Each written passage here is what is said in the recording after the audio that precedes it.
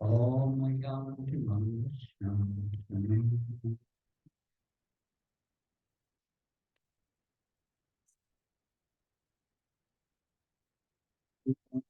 Samstatam Yena Bhutale Samarpadam Yanti Shanti Vandeham Shiv Shivuda Padkanam Shiv Vaishnavasam Shivukam Jagajantam Sagamaragnatam Tantam Satina Saketam Sagatam Vaishnava Saitam Krishna Chaitanya Shri Radha Krishna Padam Sagamita Shikshakam He Krishna Karuna Sundina Bandhu Sattva Gopesha Gopakanta Anakam Tata Kansana Gauri Vivadi Punyamashri Vishvam Sutadevi Anam Pankara Krishna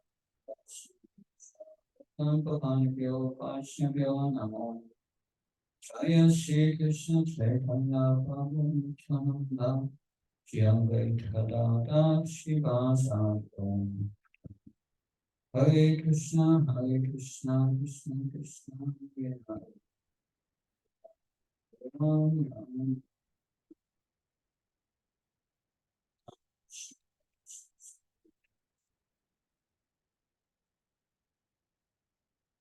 Namaste, Saraswati Devi, Gaurang Pachaya, Nirvishesha Srimavadi Paskachaya, Visata, Shri Prabhupada Ki. In the previous section, we have heard that that Arjuna said to Krishna, he cannot solve his perplexities of life on his own. He needs help, and he surrenders to Krishna. At once, the relationship between Krishna and Arjuna changed. It goes from friendship to the relationship of spiritual master disciple. And immediately, Krishna started to justify his disciple, Arjuna, telling him, "You think yourself a great Pandit, because he has been arguing like a Pandit, quoting Dharma Shastras, Artha Shastras, and so on. But Krishna says you are just a fool, because you act on a body platform. What will the soul? Why do you lament? The soul does not die. The soul is eternal. It never comes into being. All these schemes here, you and me, have existed in the past and existing now will never cease to exist in the future. So that's good news. Is that not good news that we are eternal? Yes, it's good news. But then it gives the bad news. You have a body, and your body changes, actually. And to come to the level of the consciousness of the soul, you must become a deer, and you must tolerate this so-called happiness and distress, which is not for the soul, but it's the body. That you just learn to tolerate it. That and when you can tolerate, you are a good candidate for liberation. That and then Krishna started to tell Arjuna about the soul, the characteristics of the soul. That during more than 10 verses, this is Sankhya, or the path of the impersonalists who want liberation. They study the difference, what is their sadhana. Our sadhana is chanting, hearing about Krishna. So what is their sadhana? What are they doing? They are studying Vedanta. And Vedanta Sutra explains the difference between spirit and matter. And this is the way to understand this difference. All these characteristics is a whole analysis that, and it's good. By that we come to understand I'm not a body.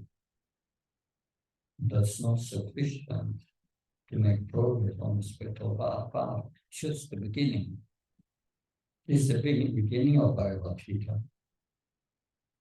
Understanding we are not a body. Great. So, does someone remember some of the characteristics of the soul we have heard in this section? Yes. It cannot be killed or slain. Yeah. And doesn't take birth. Yeah. It pervades the body. Yeah. To the bloodstream coming from the heart. Yes.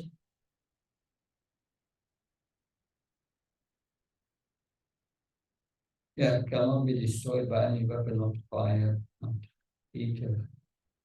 That so this is what was the conclusion. It's not conclusion, it's amazing. That but now we come to a different section.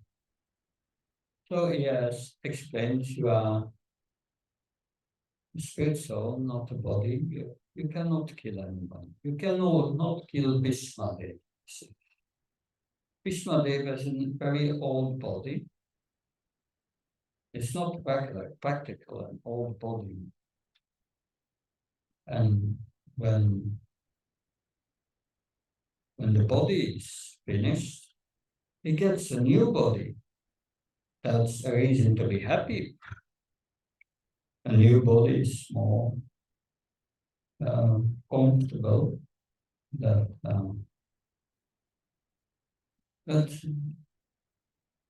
now Krishna is going to explain first in a few verses. He says you are not a body, okay, you are a spirit soul, but you have to do your duty. And so we have 4 social orders in the Varnashram system: Kshatriyas, Brahmas, Vaishyas, Shudra, and they all have their natural inclinations and abilities, and they must act according to their psychophysical nature, doing their duty. And if one does that without attachment to the result, that will lead to the realization that I'm not a body. That then you become qualified to realize. Then the biggest clouds of the covering of your consciousness are removed. You come to goodness and you start to see things as they are. 14th chapter we will hear about the mode of goodness. Only one in the mode of goodness sees things as they are. But there's no spiritual realization that he can understand that he is not a body. Therefore, everyone in the Varnashram system has to do his duty. And now Krishna will speak about that and warn him: if you are not doing your duty, what will happen? Text 31. Om Namo Bhagavate Vasudevaya.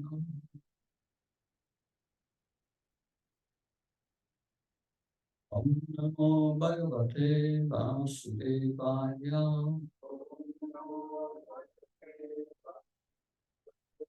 Om Namo Bhagavate Vasudevaya. Ime matam idam nityam anutishtanti manava adha panto nasuyanto mokshanti karmapihi. Those persons who execute their duties according to my injunctions and who follow this teaching faithfully without envy become free from the bondage of fruitive actions. Yeah, so long verse. Chapter 2, 2, 5.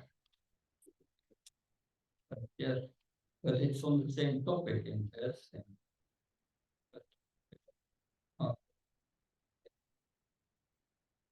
Dharmamapi pakshiti paksapekshya navikam pitamarasi damyadhi yudache anya satviyasana vichati.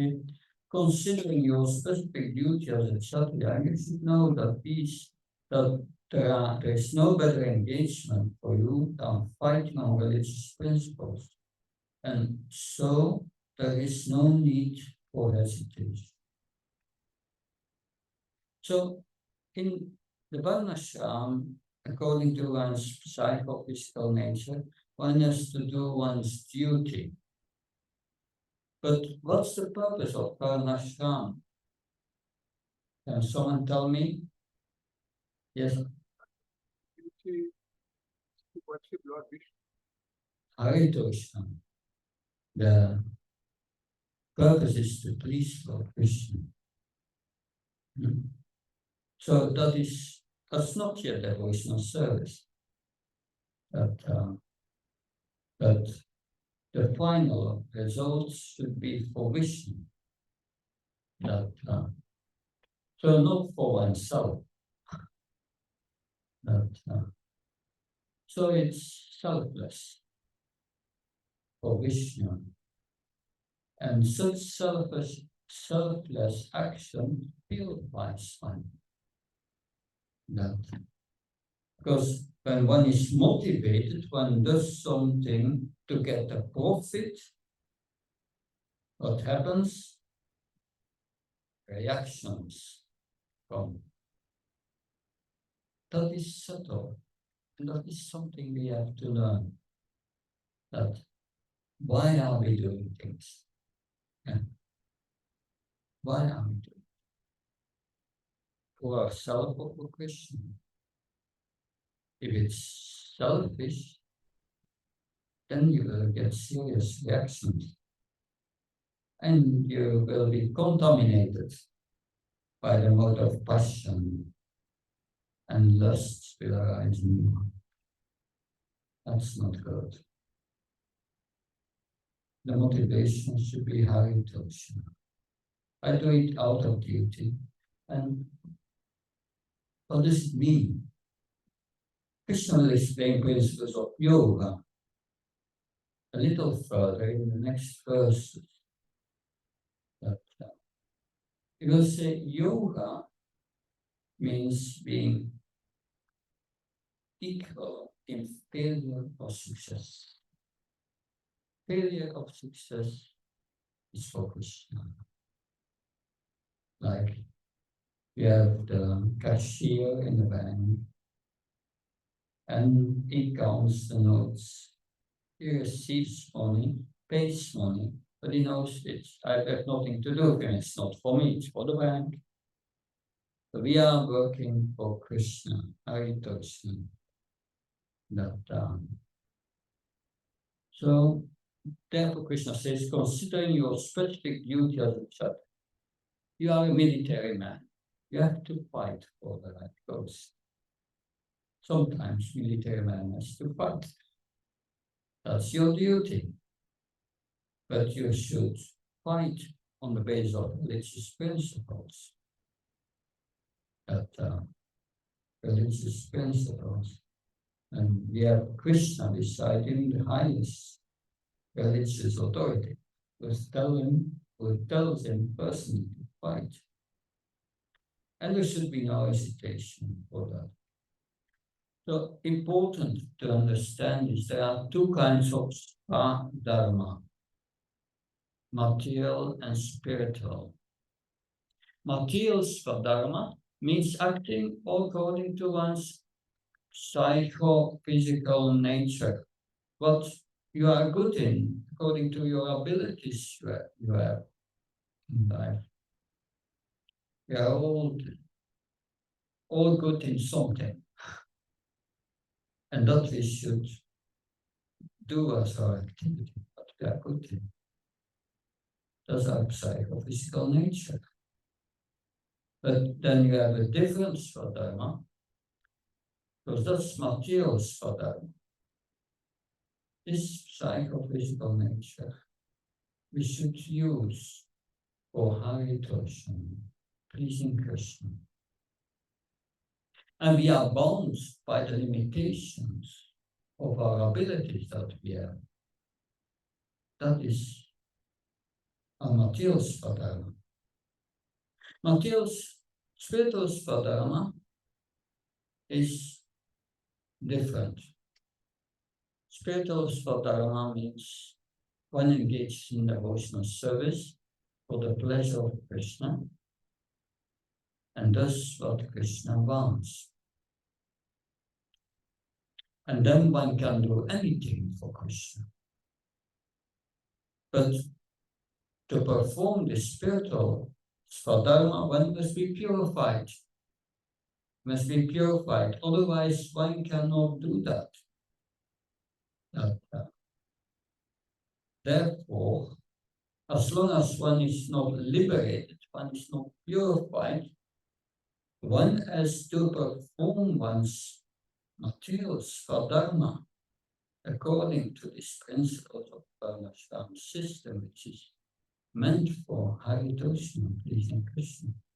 But when one is liberated, once Swadharma becomes spiritual, then you can do anything. Prabhupada did anything. He was learning everyone to cook. He was cooking the whole feast in the beginning in New York. And that he was playing the instruments, showing others how to play the instruments. And that he was teaching the philosophy. He's teaching how to do Harinam. That he was writing letters. He was governing the whole society, writing letters, so many things. And this young man could not follow this old man. It was not possible. He was so active. Even when he was walking, they could not follow. That's amazing. Yes. How does Varnashram please Lord Krishna? It's meant to please Lord Krishna.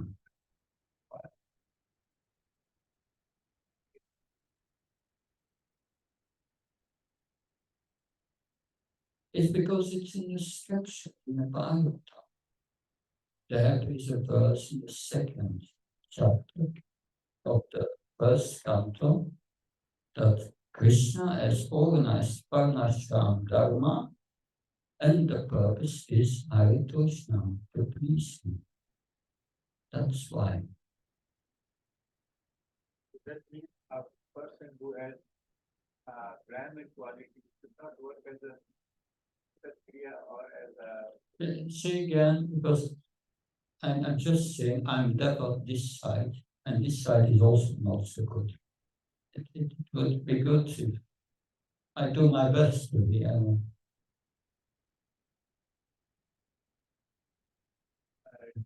Does that mean that if a person has Brahminical qualities, he cannot work as a Kshatriya or a Vaishya? Yes. So what if he does not get a job as a Brahmin and he finds a job as a Kshatriya or A Brahmin never gets a job. If a Brahmin gets a job, it's not a Brahmin. It's independent. He's the head. He's teaching all the others. So that's easy independent the Brahmins. The Brahmins are instructing the Kshatriyas. The Kshatriyas must follow the Brahmins. Is that? And the Brahmins and the Kshatriyas are maintained by the Vaishyas. It's a beautiful system because in that Varnashram system, everyone is satisfied and comes to goodness because you don't have to worry about your protection. The Kshatriyas take care of it. You don't have to worry about your education. That's the role of the Brahmins. They do. You don't have to worry about your food tax and clothes and so on. That's the Vaishyas. And they protect the cows. And the Sudras, they are assisting all the others. Of course, that's a perfect system in its perfection. Unfortunately, in Kali Yuga, the Varnas has become mixed, and there is no Varnashram in this age. But then the question is, what do we have to apply for that? What we have to apply is that we have to do our duty according to our psychophysical nature for the pleasure of Krishna. Then we get the same benefit. And that's important. It's an important principle that you want to ask another question, but I start to begin replying this question, which will take another 10-15 minutes. Because unfortunately, if we continue like that, we cannot follow our program. We will need not 3 weeks, but 6 weeks to finish the Bible. So what I propose is that you first let me make my presentation. And by hearing my presentation, many of your questions will already be answered. And then at the end, we will see. But still, I will apply to your point that someone asked Srila Prabhupada, a devotee, Prabhupada, ask me anything, I will do it. Whatever you want. But Prabhupada's reply was, what do you want to do for Krishna? The devotee replied, Prabhupada, it doesn't matter, ask me anything, I will do it for you. And Prabhupada became more grateful. So, try to understand our philosophy. What do you want to do? What do you want? What do you like? And then the devotee said, I want to make unbreakable remembrance. And Prabhupada said, yes, do that for Krishna. And he made the first fiberglass Vedantas, which we are still using everywhere now. So that's the principle. Whatever qualities you have, that's your material nature. And we have to act according to our nature. Otherwise, our material nature in the beginning, otherwise we are not satisfied.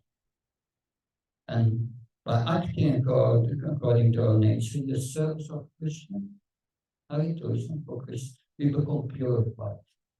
And that's the principle we have to apply in our lives. That Varnashram system that existed before is now impossible. Kali Yuga has too much progress. That there are no Brahmins, qualified Brahmins anymore. There are no pure Kshatriyas anymore. All very bleak imitations. And that's very amusing. Anyway, let me first finish my section and note your questions, and then at the end we will go. So, another point Srila Prabhupada makes, like a Brahmin, it is the duty of the Brahmin to do sacrifices and he offers oblations of ghee in the fire of the sacrifice, Vaha, the Brahman. Krishna is explaining here, okay, that is how that the Brahmins please Krishna. But you, Arjuna, you must fight on the battlefield. And that is as beneficial as the sacrifice performed by the Brahmins. So those who die on the battlefield, they will go either to the heavenly planets, as do also the Brahmins who perform sacrifice. That is your duty.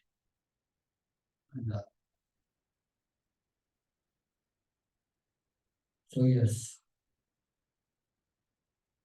that's now 32. Yatrisaya Sukapanam Sankapam Adikam Sukina Satya Bhakta Bhante Udam Ekvisam.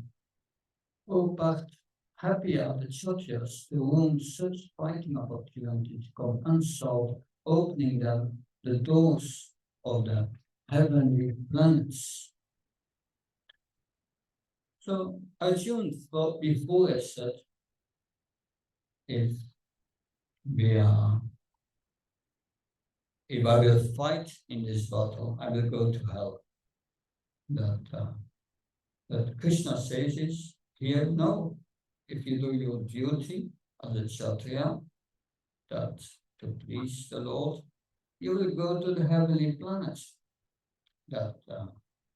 So a Kshatriya's duty is to protect the citizens, and therefore sometimes they have to use violence.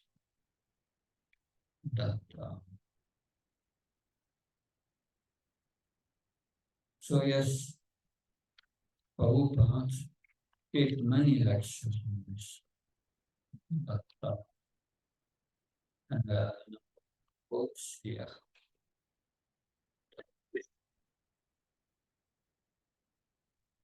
I read the short one. Krishna says to Arjuna, there are many things beyond the body concept of life, but if you are still thinking that you are in the body concept of life, then as a Kshatriya, it's your duty to fight.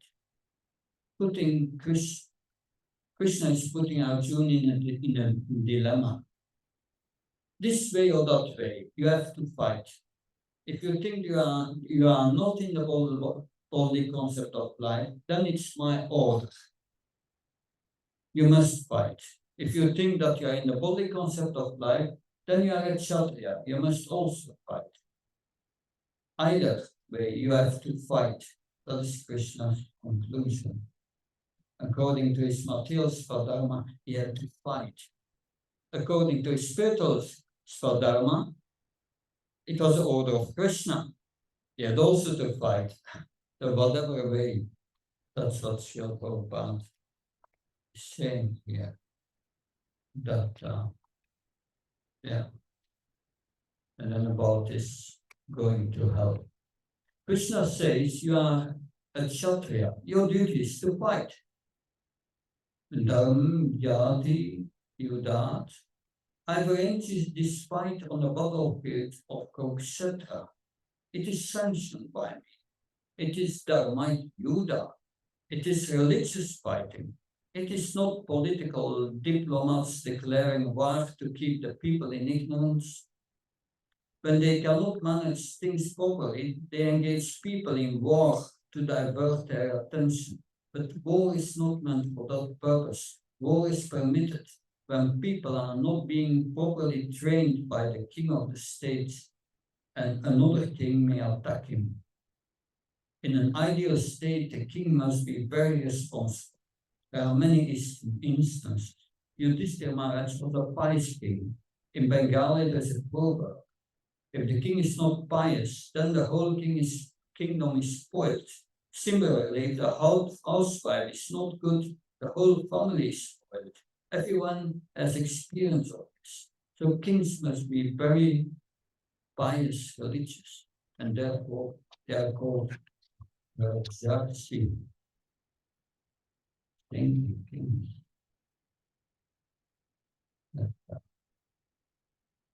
Is in the purport of 32 that we just the verse we just read. For a Kshatriya to be on the battlefield and to become non-violent is a philosophy of goods.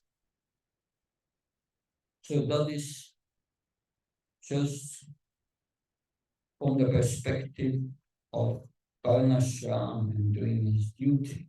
It's not a perspective. Previously, we heard about the soul. So he wants to encourage Arjuna, you fight, you cannot kill anyone. And now it's from the perspective of doing one's duty, that as a military man. 33.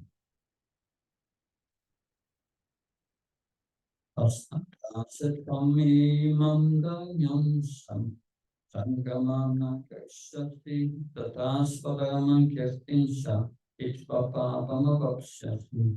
If, however, you do not perform your religious duty of fighting, then you will incur sins for neglecting your duties and thus lose your reputation as a fighter.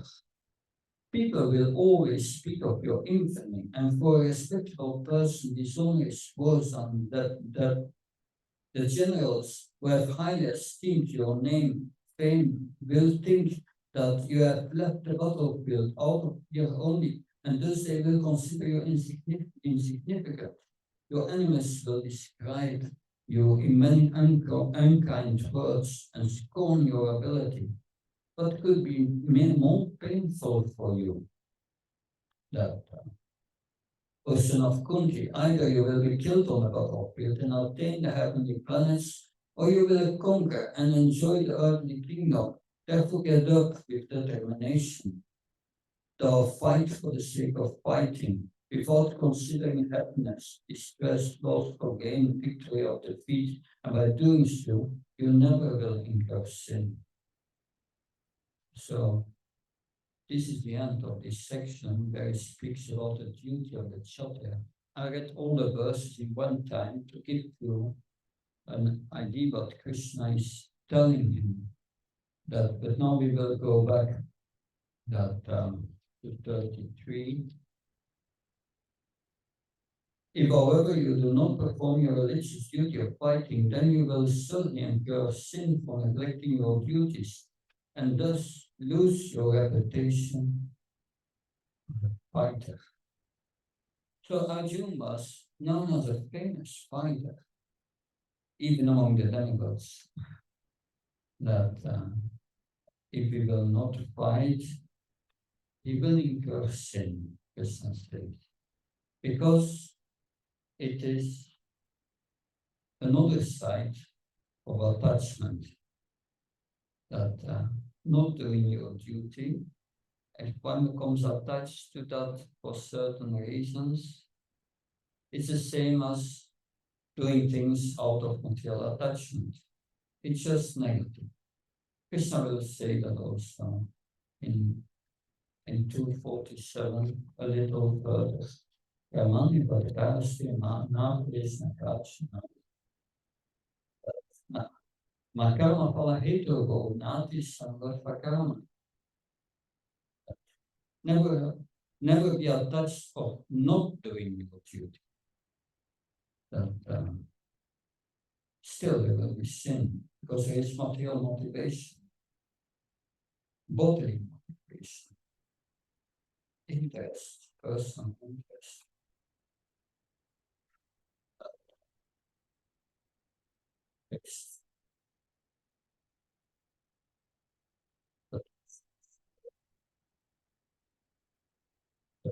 Three.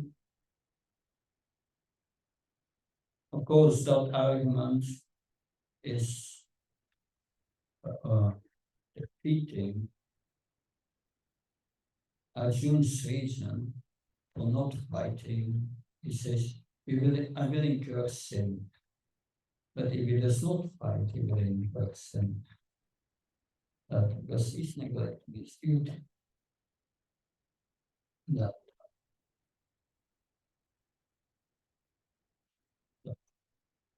end of the battle. But if he abandoned the battle, not only would he neglect his specific duty as a Kshatriya, but he would lose all his fame and good name and thus prepare his royal road to hell. In other words, he would go to hell not by fighting, but by withdrawing from the battle. That's interesting. That's so. What's the motivation with what we do things? That's what we have to learn. That will give reaction or no reaction. If it's in Krishna, if it's for Krishna, our motivation to please Krishna, and it is according to Krishna's instructions, it will purify us. That if we act selfishly, then we get reactions, and we become contaminated, influenced by these desires. It will increase that dusprenanalena Krishna will say in the third chapter. It will increase. Text 34. Akirtum shampi bhutani katani shanti devayam sambhavitasya sankirtir mana atirchate. People speak of your infamy, and always a respectable person dishonor his words. And yes, 34. And I will read this purport. Both as friend and philosopher to Arjuna, Lord Krishna now gives his final judgment regarding Arjuna's refusal to fight. The Lord says, Arjuna, if you leave the battlefield before the battle even begins, people will call you a coward. And if you think that people may call you bad names, but you will save your life by fleeing the battlefield, then my advice is that you do better to die in the battle. For a respectable man like you, ill fame is worse than death. So you would not flee for fear of your life. Better to die in the battle. That will save you from ill fame of misusing my friendship and from losing your prestige in society. Here we see also the mentality of Yudhishthira Maharaj. He would follow Dharma's principles, also the principles of a Kshatriya, the codes of a Kshatriya. If he's challenged, he has to accept it. Even if it's gambling, he has to accept it. So he was very strict in following these principles that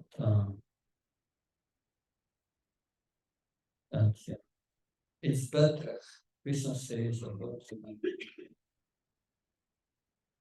that it's better to do your own duty than the duty of others. That because when you perform your own duty for Krishna, you will never incur sin. That, but if you do the duty of others even perfectly, then it's very dangerous. Krishna says that because we have to act according to our nature. Of course, we have exceptions. Dronacharya, he was a Brahmin, but he became a teacher in martial arts. Therefore, he had these motivations. Interesting. And there were also Kshatriyas who wanted to become Brahmins. But Vishwamitra was one of them.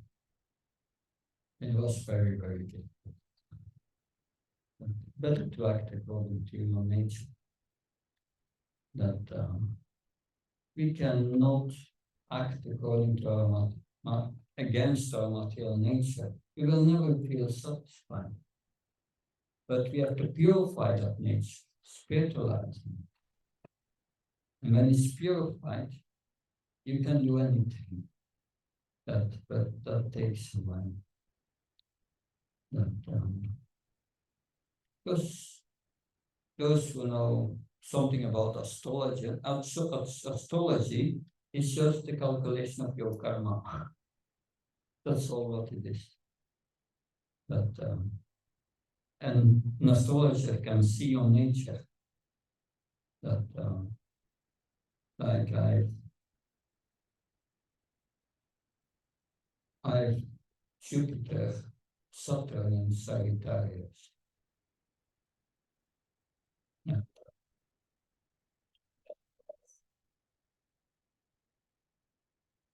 And 11 to ask them. What does it mean? That Jupiter is in his own house. Jupiter means the Brahmin is the teacher. So that's my nature, I'm a teacher. But then Saturn is there in conjunction. I'm teaching renunciation. Real renunciation is Krishna consciousness. And in my fifth house, in his own house, at Mercury, means great intelligence. I'm using my intelligence to teach Krishna consciousness. That's my nature. I'm a teacher. And that's what I'm doing already for all my life, practically. Also before on other platforms. But we must act according to our nature.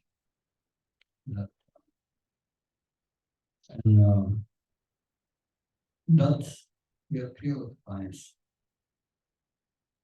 Then we will come to the level in the third chapter, it explains sannyas. Sannyas means giving up material desires. Give up material desires.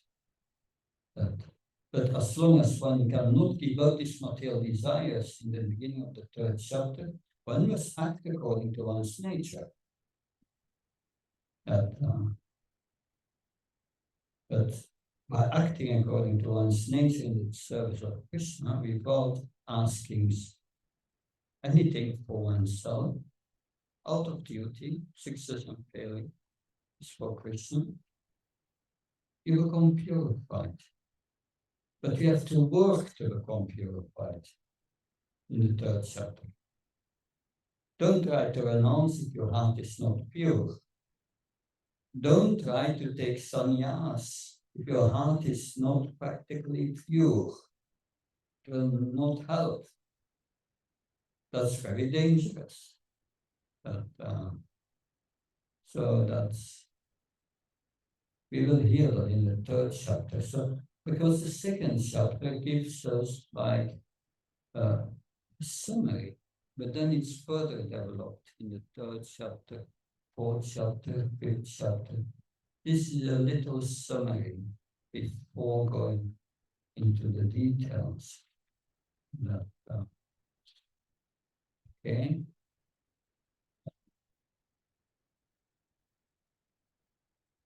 Page 38. And that's interesting. Thou fight for the sake of fighting without considering happiness, distress, loss or gain, victory or defeat. And by doing so, you will never incur sin. So the fact of, if you do that, you will not incur sin. There's no more motivation, personal motivation. It's just to please the Lord. And no considering distress, loss, or gain. Of course, we make with our intelligence plans to get the best outcome for Krishna. That's good, but don't be attached. It's not what you plan, but what that may not be the reality. Many times it's not.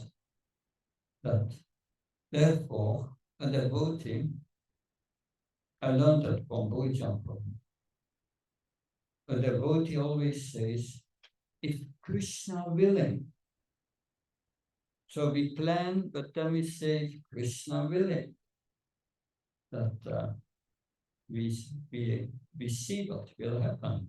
We do our best. That is the inner approach the devotee to life. That, yes. And then there is no simple reaction that but of course in the Varnashram Dharma we do our duty and we give the result to Krishna, the result for Krishna. We don't do it directly for Krishna. That's karma yoga. That's higher. We will come to that in the third chapter, and Krishna will mention it already. Because karma yoga, there are different levels of karma yoga. We will speak about it later.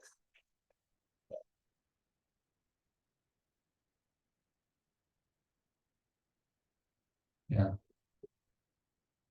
But these kshatriyas were very powerful people. And many stories about that. Good. Before going to the next section, we will have 10 minutes for questions. If questions, yes. Are you born in the zodiac Virgo? Your birth constellation? No, I'm Ascend, my Lakna, my ascendant is Aquarius, the beginning of Aquarius. That,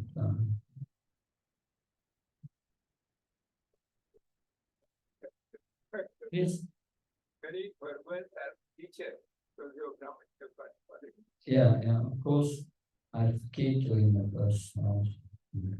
That's also spiritual inclination. That,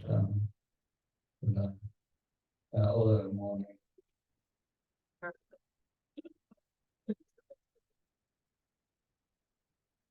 I'm studying it for 20 years, but you need a lot of time to spend on it. There are so many factors as Astavarga, that's using Jaya.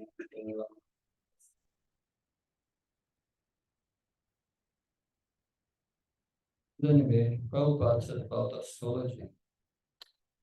When you know it's going to rain,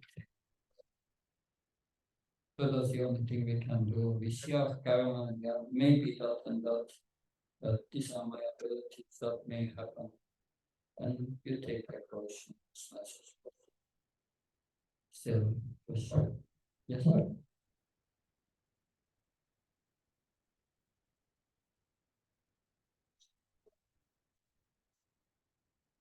Please. What is your, what sign is your moon in? My moon. That my moon is in Cancer.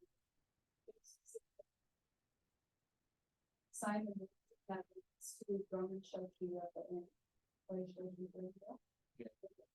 For what sign?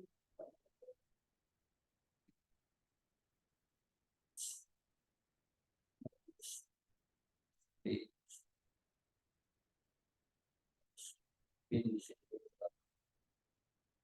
And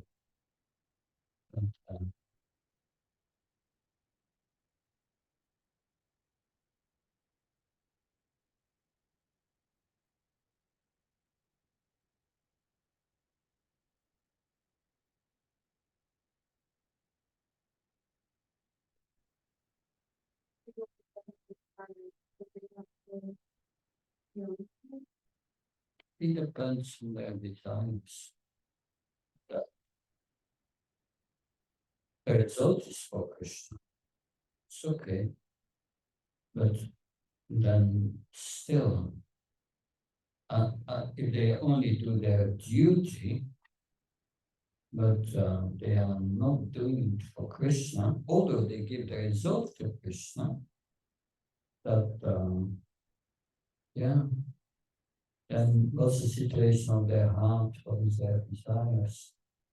Like when we know the first devotional movement who built the Yadkart was Jayananda.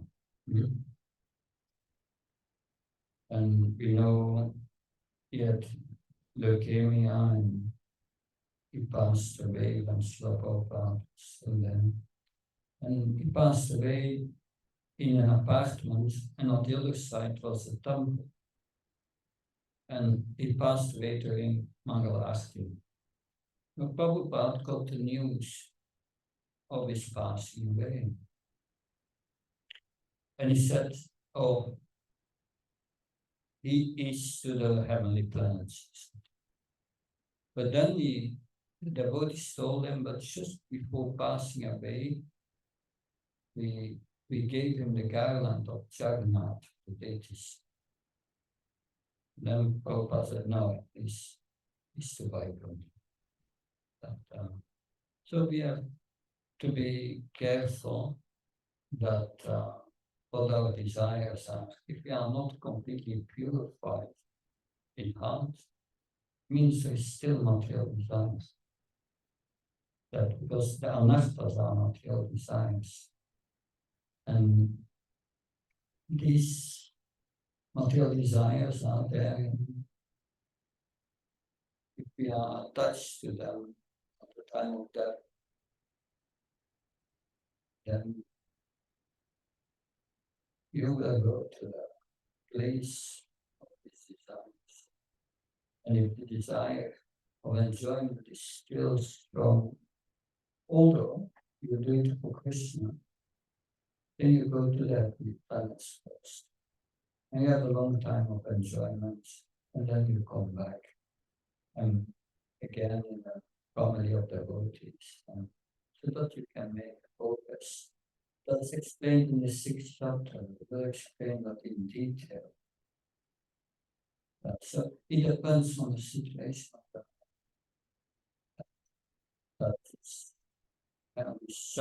mostly these Kshatriyas, they are in the mother class. And that means heavenly planets. But the pure devotees, that's something else. They are not interested to go to the heavenly planets.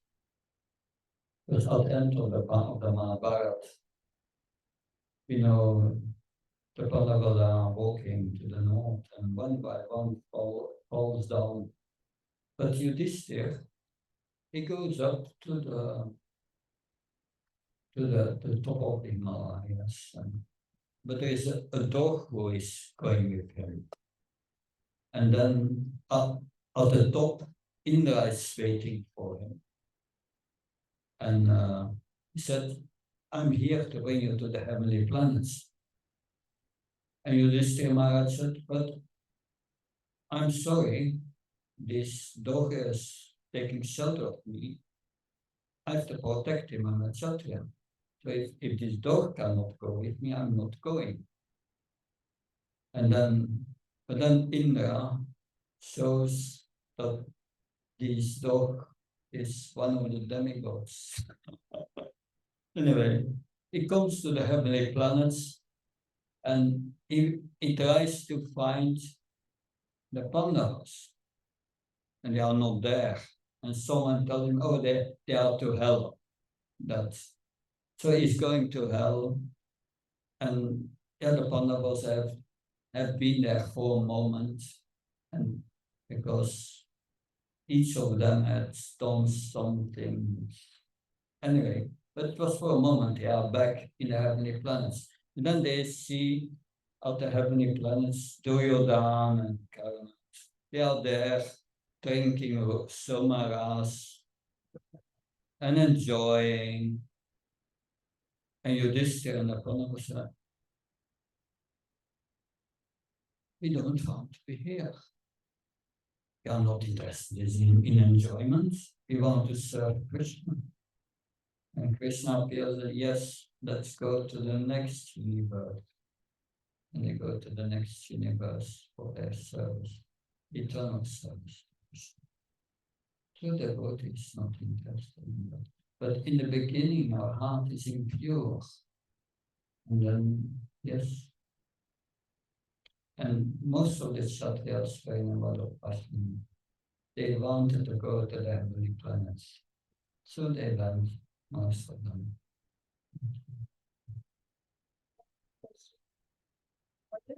If there are the voyages in the heavenly planets, like reaching those who are The heavenly planets, the mood of enjoyment is 1,000 times more stronger than the earth. Mine is less. And it overwhelms you. You are bound by this enjoyment. It's not a place for devotees. Devotees are not allowed. It's for them it's hell. The heavenly planets. Devotees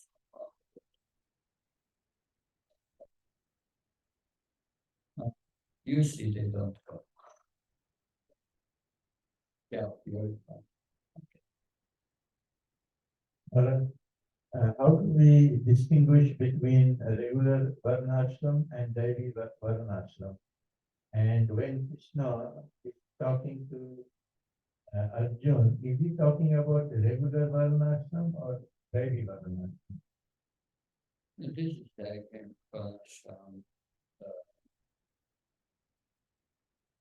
regular Varnashram. This differentiation is not made in the scriptures. It is Varnashram. And it's like because it's by Krishna organized that there is Asura Varnashram. That's there. That is degraded Varnashram. That's the caste system in India. Yeah. But anyway, it has also grown through Kali Yuga in the jatis and so on. The different divisions that you want to comment?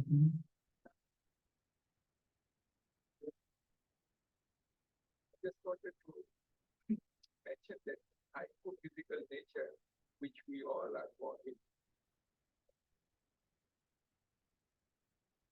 The hypophysical nature which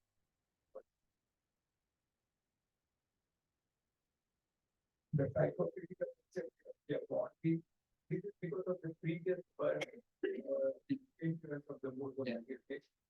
So we come here, and the only way we can change from our type of physical nature, like being a Kshatriya or family, is it to think we can do that, or we can any other way?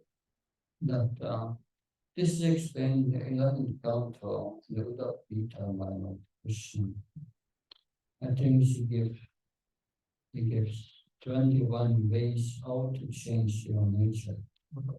And it's mostly a few things that I remember. You can change your nature by the scriptures you are reading, by the people you are associating, by the activities you do. So we can change our nature. But the purpose for us is to spiritualize our nature, to purify our nature. That we don't have to change our nature, we have to purify it so that the wrong motivations are there. And it's also, Krishna gives us a certain psychophysical nature according to our past. That's okay, that may be, but Prabhupada gives us the attitude how to deal with that. He says, one should think, Krishna has given me this nature, and Krishna has appointed me to do this service. That And that's important.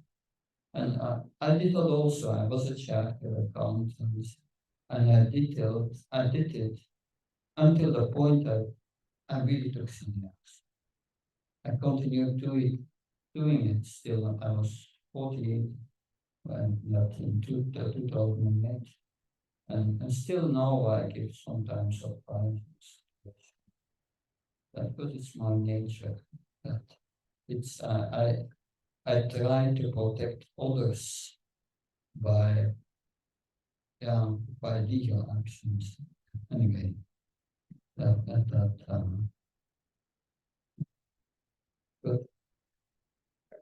the kind of story I have. You know. So far as you know, in 95, I moved to US because there I was practicing physician. Came here and the Lord business motivation, whatever, I couldn't get into medical profession. And I got into research department in my company. That's where I was getting a lot of time to read Bhagavad Gita. I was very Bhagavatam, you know. So this is, as you say, Krishna really from my mode of passion, I got into that for you because of that's like I forgot his name. He's now in Mayapur. But he's from Baltimore. He was from Indian background in the 60s. He came to America. He was an engineer. And I visited him in 2008. And he told me he was retired. And the last 5 years before his retirement, was working for a big pharmaceutical company in Baltimore. And he would go to the office and he would speak 20 minutes before with the secretary, telling everything what she should do.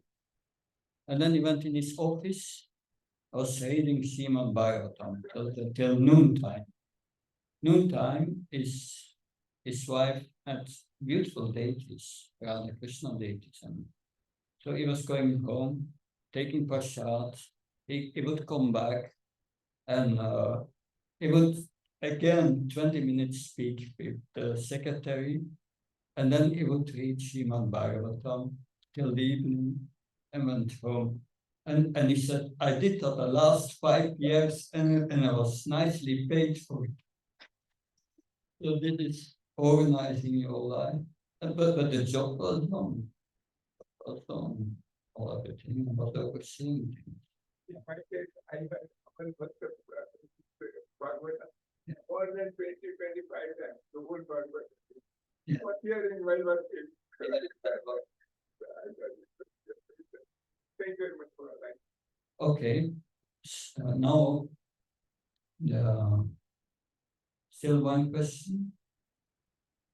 Yeah. Okay. Then we go to the next section. That 39 till 47. And now Krishna will change the topic from Jnana and karma doing one's duty as a kshatriya, to Buddhi Yoga, or working in devotional service.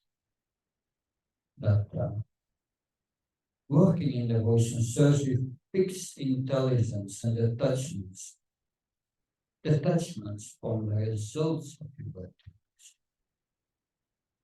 So now as we see, that's interesting.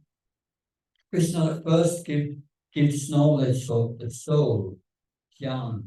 And then he speaks about the duty of a kshatriya, karma, working out of duty. But now he's going to combine this together. Karma and jnana. Acting with knowledge that you are a spirit soul, the pleasure of Krishna. He's combining them. And it becomes devotional service. It's acting with knowledge of who we are, spirit soul. That's Buddhi Yoga, Krishna calls it, but it's another name for devotional service. That, and so yes, that because that's a theme in the Bhagavad Gita.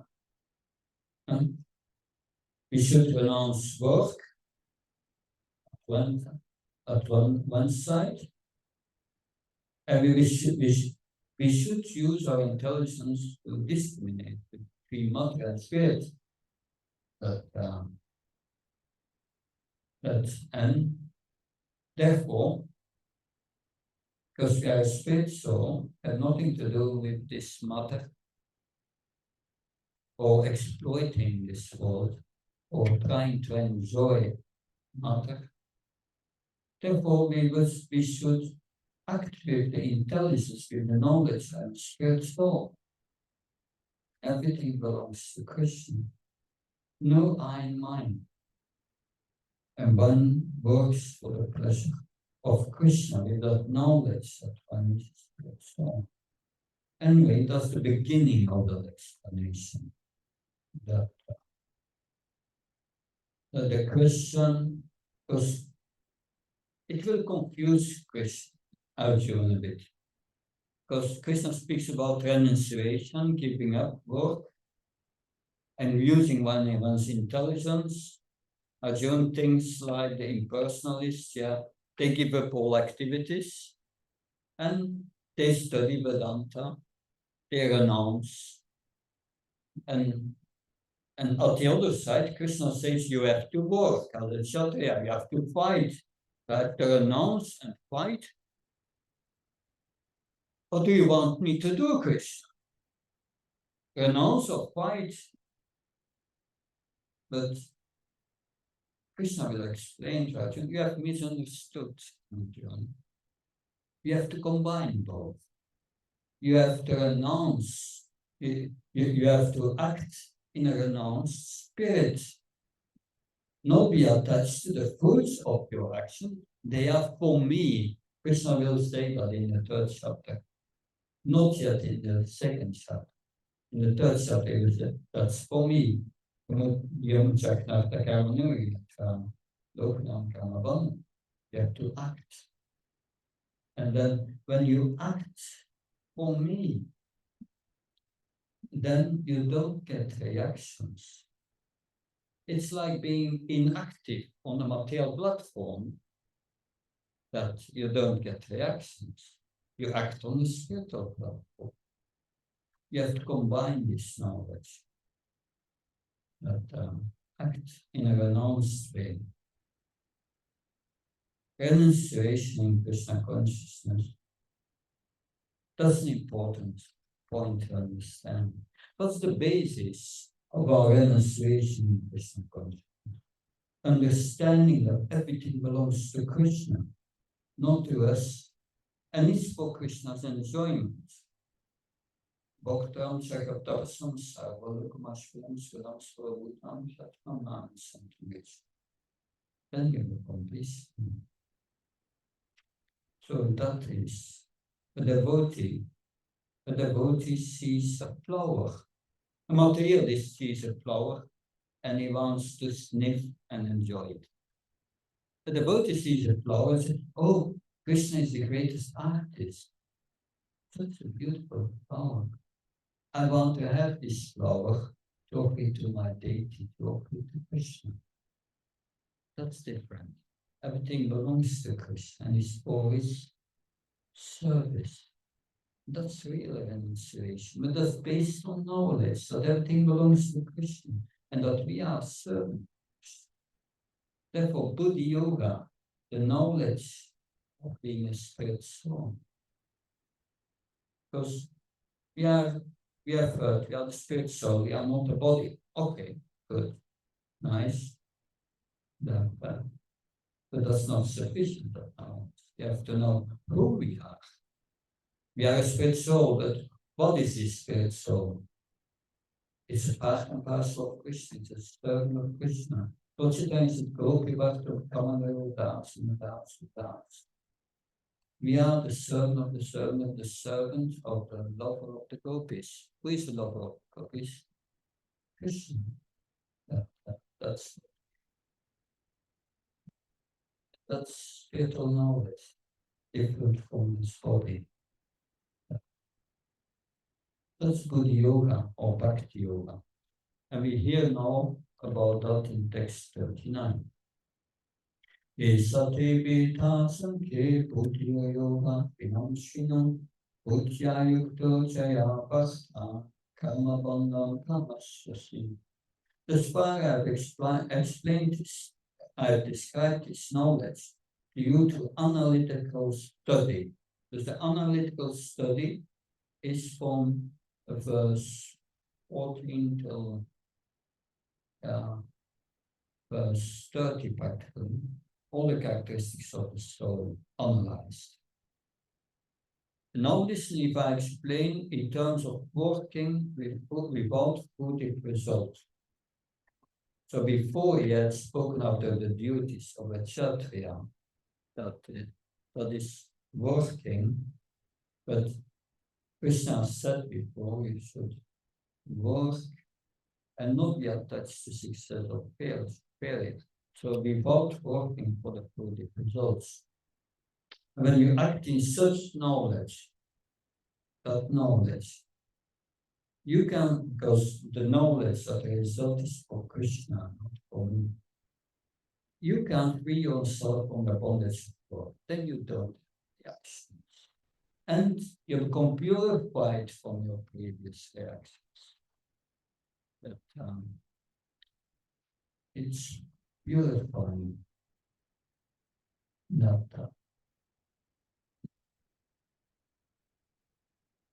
so it's a long purport, but I will read a few things here. But chapter 10, verse 10, as being direct communion with the Lord, we sit in Paramatmanya Pansam. So this Buddha Yoga is clearly explained in the 10th chapter.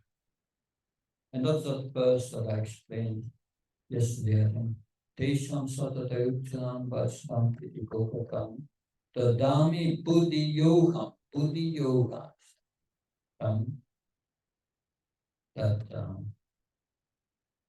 So Krishna, if we serve him with God, he gives us this Buddhi Yoga to the heart, realizations to the heart. Then he gives us a realization of being a spirit soul.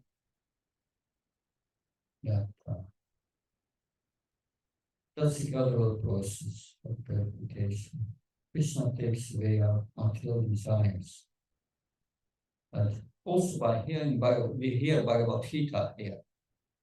I'm sure it is churning in your heart. But it's churning in your heart, it's purifying, just hearing Bhagavad Gita. That you start to think of reorganizing your life when you go deep in this.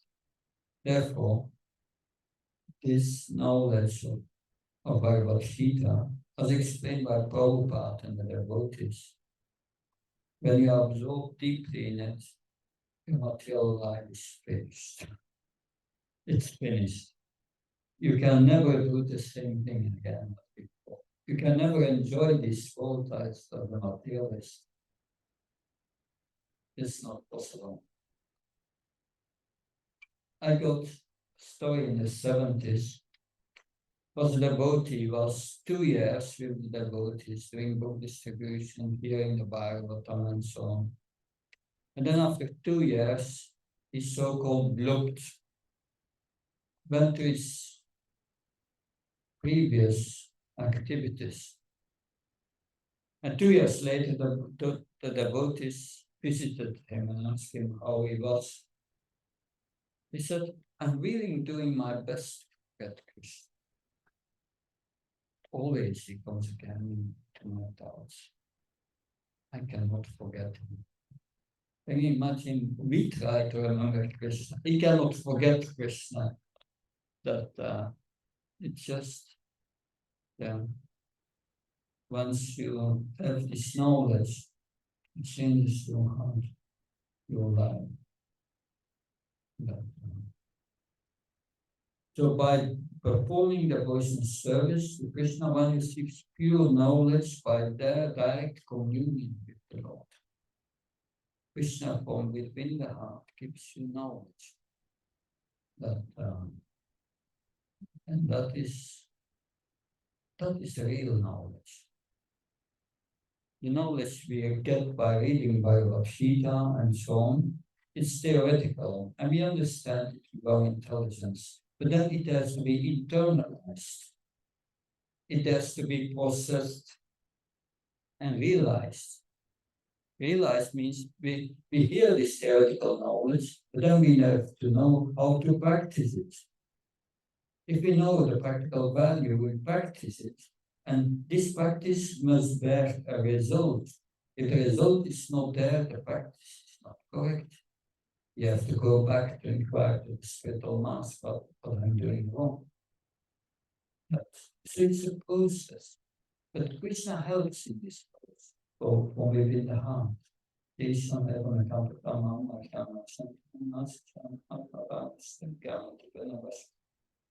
It burns away your material desires, your attachment, gradually. It's coming away. And that's liberating. Then, because we are suffering because of our attachments. That if you have a brand new car, and it's your car, you get the key, and everything smells new in the car, nice, it drives nice, you park it somewhere, then someone makes a little scratch in your car, you feel the pain. If the scratch is in another car, we don't care, but my car, you feel the pain.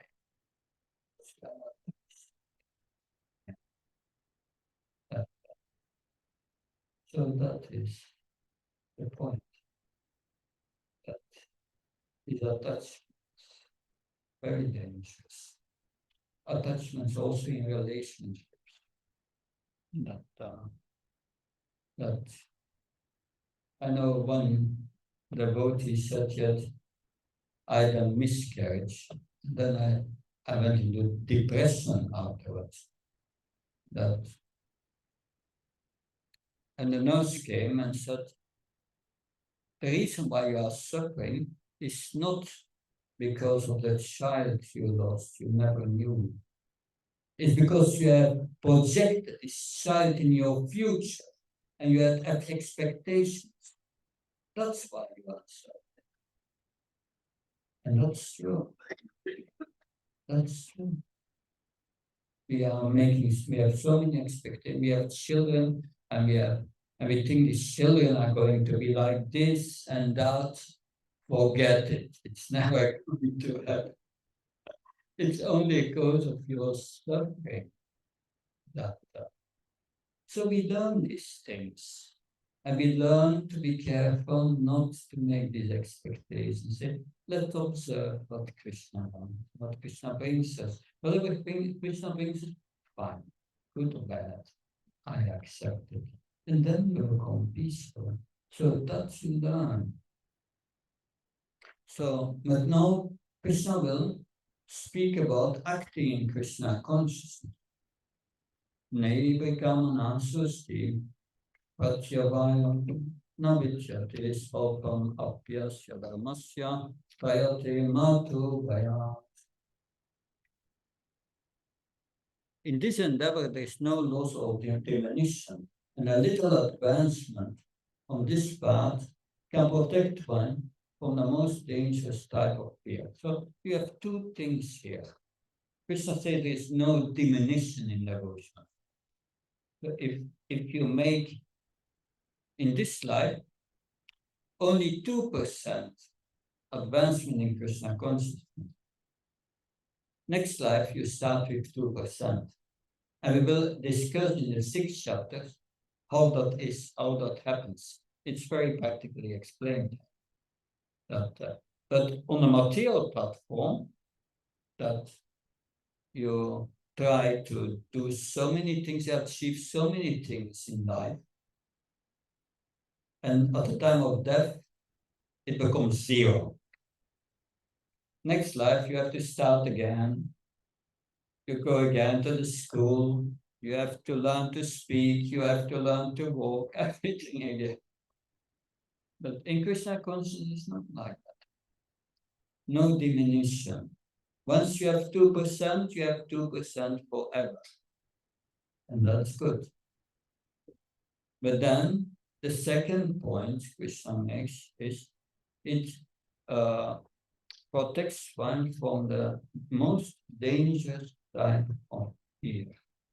For this, the greatest type of fear is to become degraded, to go to animal life. If you associate with the motor business, your future is animal life. And that's the greatest danger. So that's even if you practice Krishna consciousness and you don't get it, you don't make much advancement in this life. You have practiced Krishna consciousness, but yeah, up and down.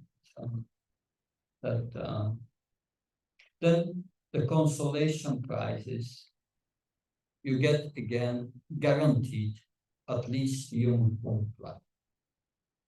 So these are two advantages that which Krishna explains here. That, so if we act in Krishna consciousness without desiring for some gratification, it has a permanent effect. That, and it carries one in the next life again to Krishna consciousness. Even after the loss of the body, you will become attracted again to Krishna consciousness. And very quickly you will be again on the levels in this life. Of course, then it becomes again more difficult. You see that many times. The devotees come in the movement and they make quick advancement, but then it becomes more difficult. They have come to the point of the last time. That Krishna says in the 6th chapter that's one becomes automatically attracted to the principle. And quickly one comes again to the point where left off in last time. So even the small beginning protects one against the greatest fear. But then we come to 41. 41. Yes, it's a very important principle. Vyapasayalpika buddhi ekanako anandana pausakaya anantasya buddhyo vyapasayam. Those who are on this path are resolute in purpose, and their aim is one, O beloved child of the cause. That the intelligence of those who are irresolute is many branches. So what does it mean? Vyasatmika buddhi, one-pointed intelligence. What is that one point where the devotee is focusing on? That in the purport, Srila Prabhupada refers to Srila Vishwanath Chakravarti Thakur. Also, Bhakti Siddhanta Maharaj has stressed this. He says, this one-pointed intelligence, Ekana Koranandana, means taking the instruction of the spiritual master as one's life and soul. So everything you do, your first question, is that the instruction of my spiritual master? If not, I'm not going to do it. That's a very important point.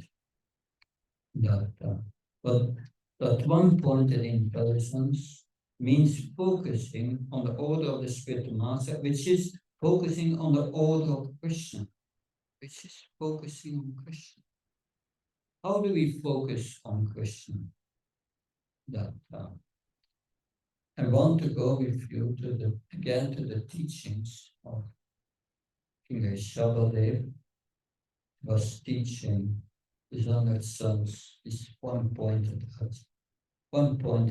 attention is Tapodipyam. That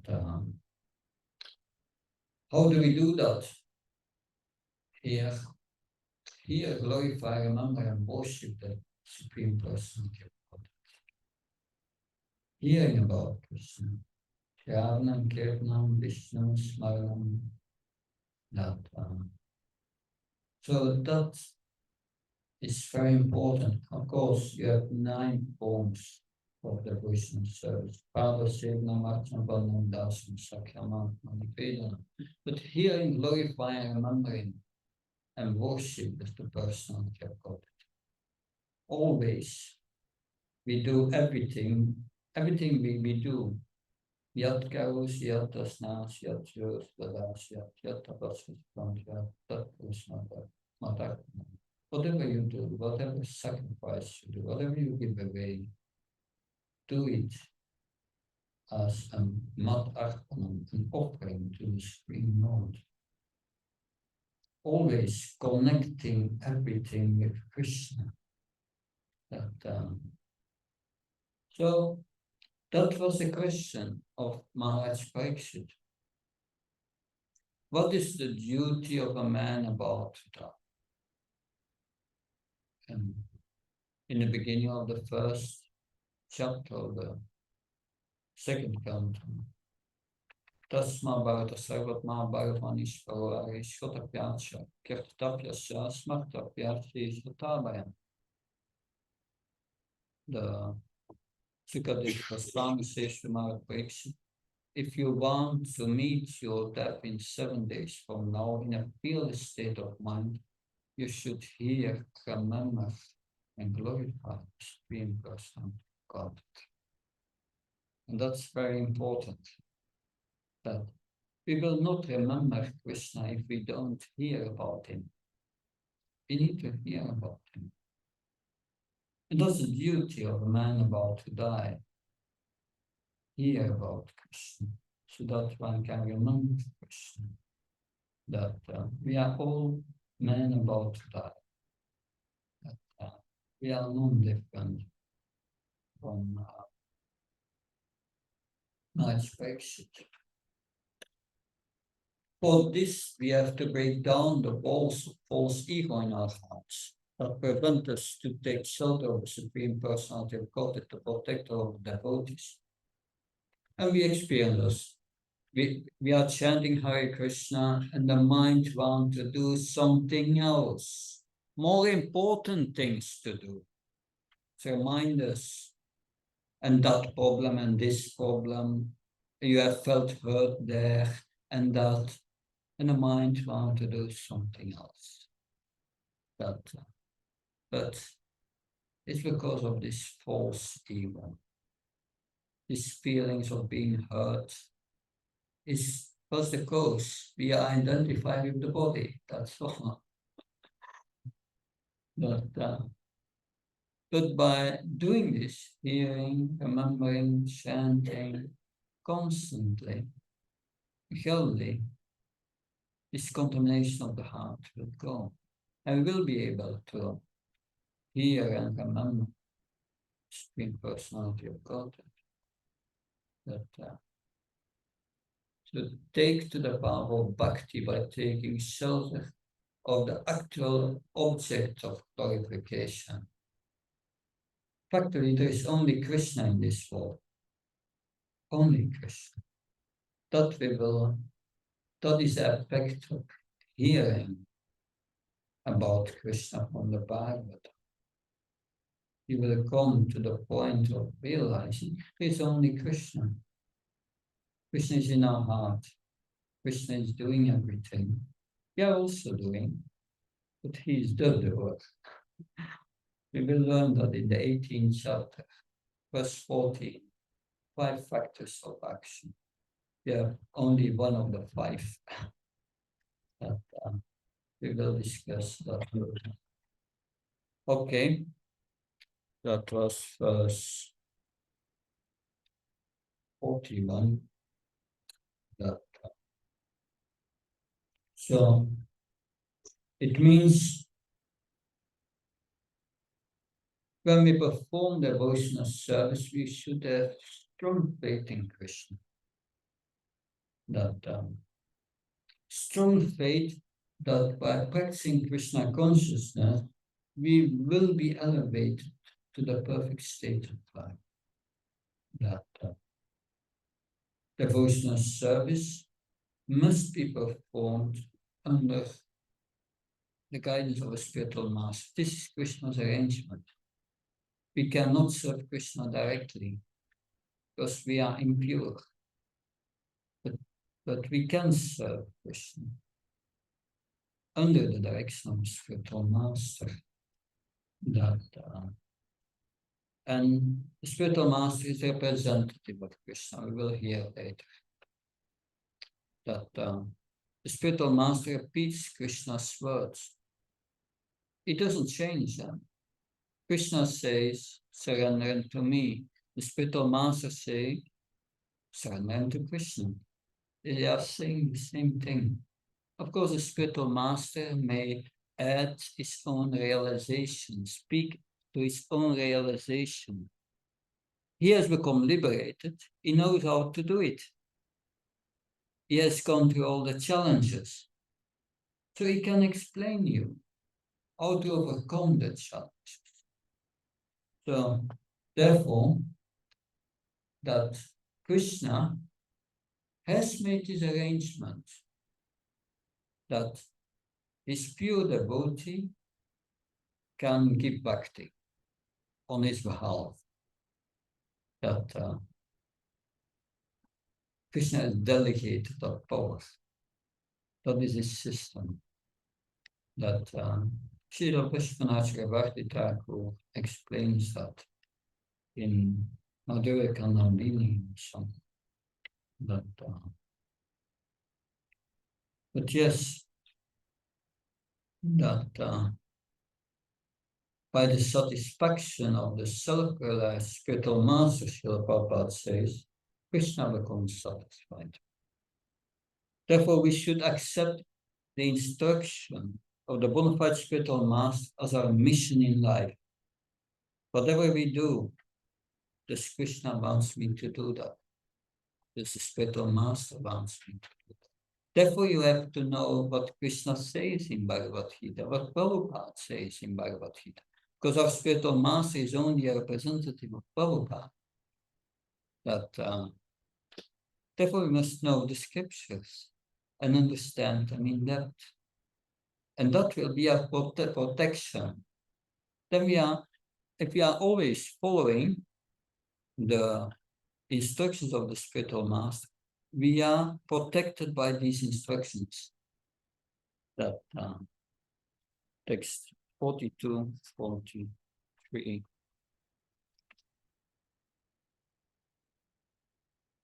Yeah, now in 42, 43, Krishna will speak about something different. That he will speak about karma kanda, about those who want to go to the heavenly planets and enjoy that. This is not for the devotees, because after telling that, Krishna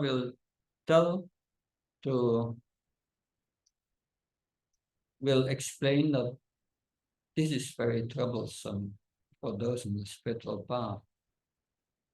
And he says to Arjuna that Nistray Gunya Bhavarina, Arjuna, you have to transcend these modes of material nature.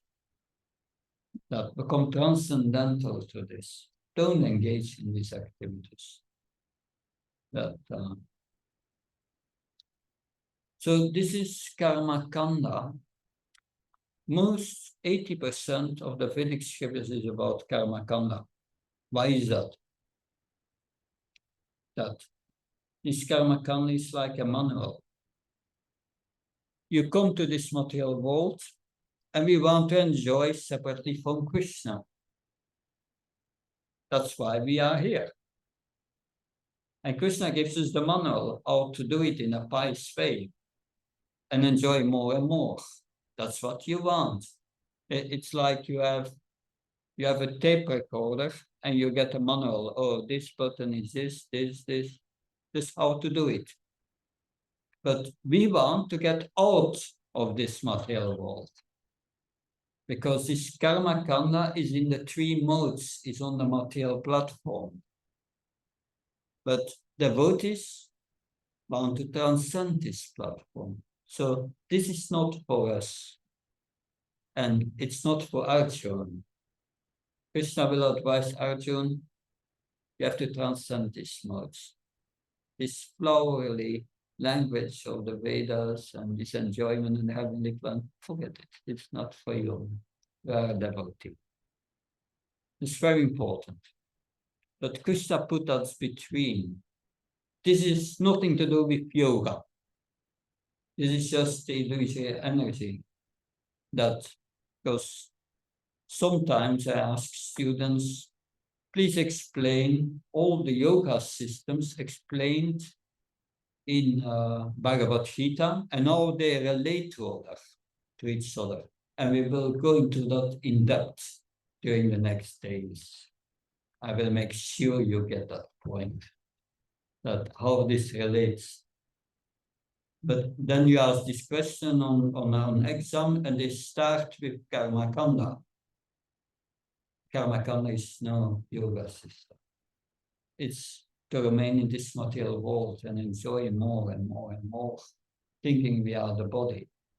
But of course, it's not only enjoyment in this world, it's also suffering, also on the heavenly planets. You read the Bhagavatam on the heavenly planets, and there you have the Star Wars fights between the demons and the demigods, and Vitrasu and Bali Maharaj comes with his demons and everyone out of the heavenly planets.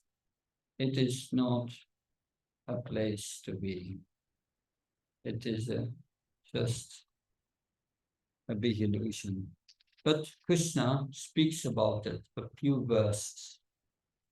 Yaimam pushpitam vacham pradavanta vipashita vedavatarata parta nanya ashtita vadina. So vedavatarata parta is a Partha, a son of Pritha. Vedavatarata, the so-called followers of the Vedas. This karma kanda. Yeah. Kamatmana spaka para janma karma phalapradam kriya vishesha baulam bhogashparya gatim patim. Men of small knowledge are very much attached to the flowery words of the Vedas, which recommend various fruitive activities for elevation to the heavenly planets, resultant good birth, power, and support. Being desirous for sense gratification and upward life, they say that there is nothing more than this. If you go to these heavenly planets, you are there for 10,000, 20,000 years, very long, very long. But it's going quick because we are enjoying. Time is going quick. When you go to the dentist, you sit in the seat, time is going slow. But when you are enjoying, it's going very quick. And before they know, they are back on the earth. But amazing is, many of these devotees, those who go to the heavenly planets, they know it's illusory. And they know also, if I can become a devotee on the earth, I can make it in one short life, going back to Godhead. So many of them, with their last good karma, they come to the earth, and many of them take birth in ISKCON. and you see many, handsome, beautiful, all opulences, that they want to become devotees, and in a short time go back to God. That they have enough from the heavenly planet. So people in general are not very intelligent. Those who go there are not very intelligent. Why? Krishna will explain that at the end of the 7th chapter and on the end of the 9th chapter. These demigod worshippers are not very intelligent. When we worship doing the demigods, go to the demigods, Krishna says. When we worship your ancestors, go to Pitriloka, the ancestors. When we worship the demons, go to the demons. And when we worship me, Krishna says, comes to me. So what's the point? Yes?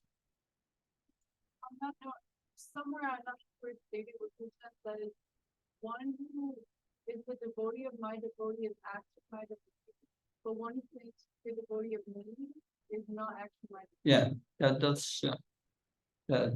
is Lord Shiva to Parvati says, yes. When was a devotee of my devotee is actually my devotee. Because the worship of my devotee is higher than the worship of Vishnu. So for us to make spiritual advancement, we worship the spiritual master. It's higher than the worship of Krishna. Because only by the worship of the spiritual master and his mercy can we make spiritual advancement. That's an important principle.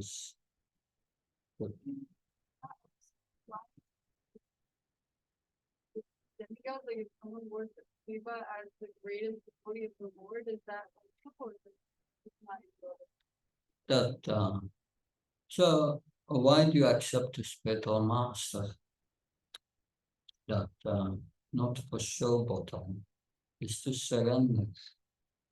And that's if these demigods accept Lord Shiva as their spiritual master, and they really do what Lord Shiva says, because Lord Shiva has two kinds of disciples.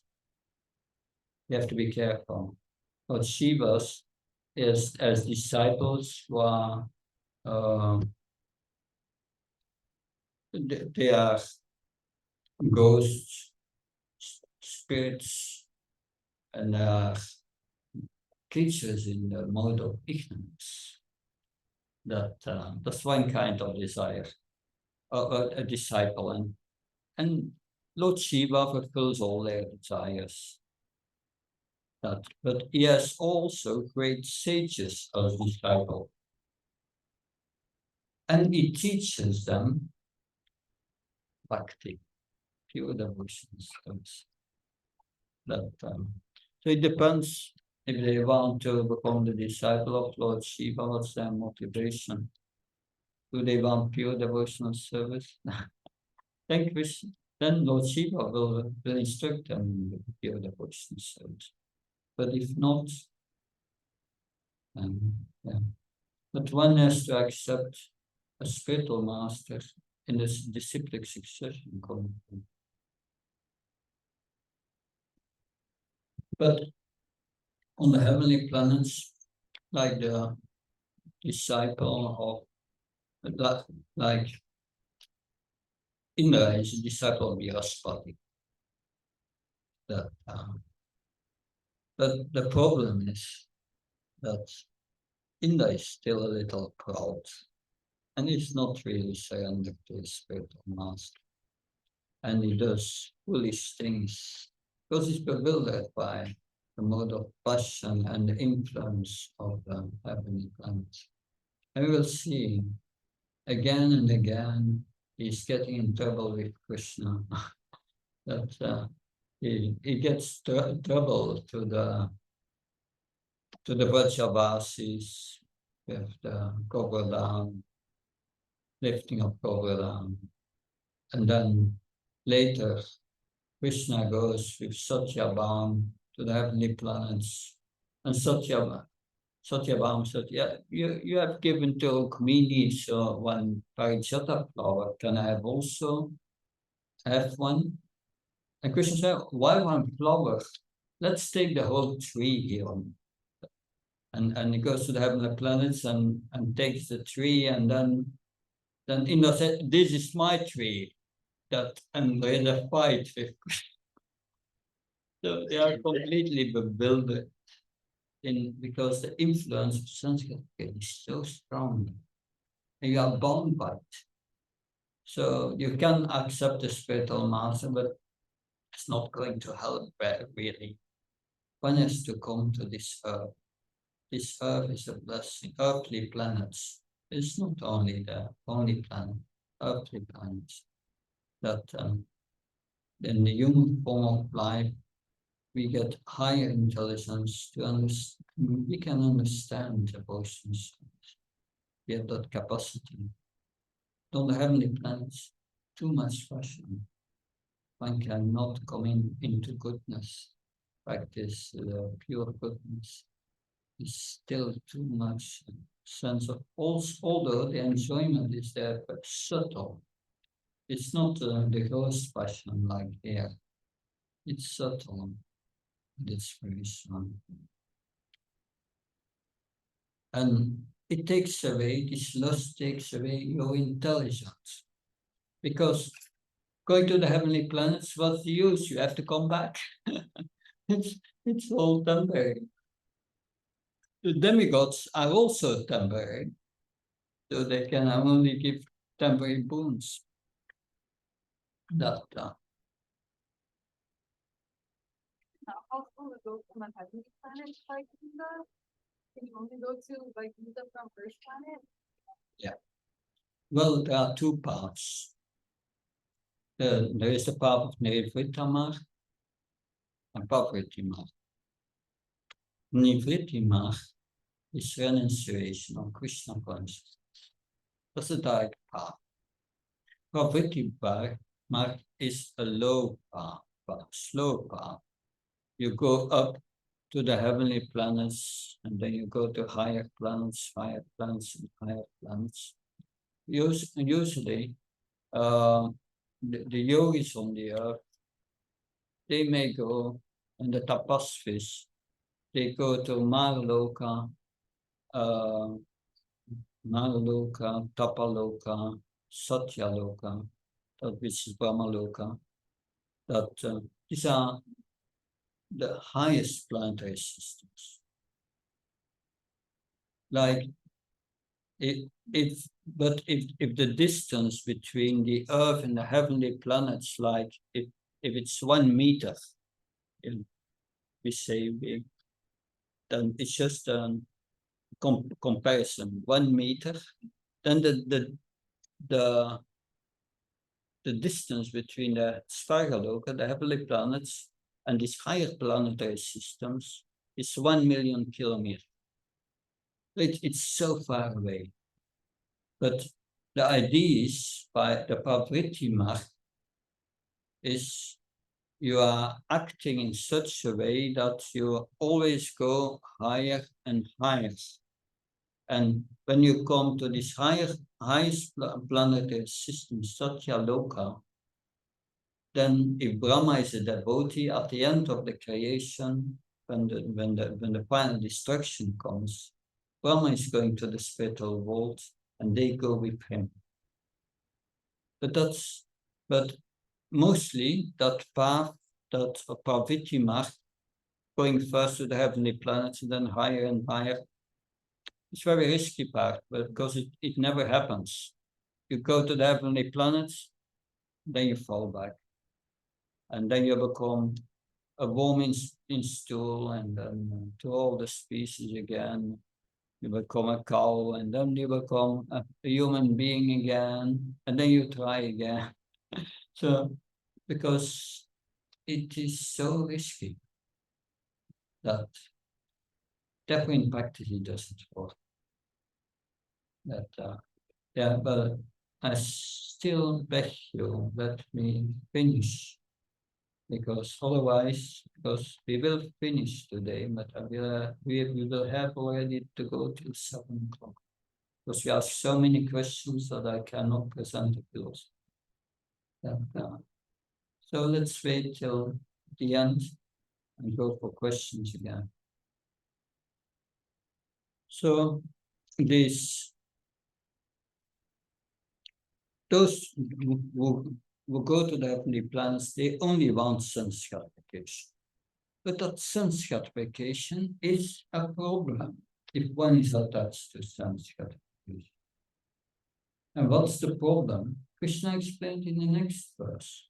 Bhogashvara Pashaktanam Tayapita Sheta Samvyamsa Vikya Buddhi Samadhana Itiyat.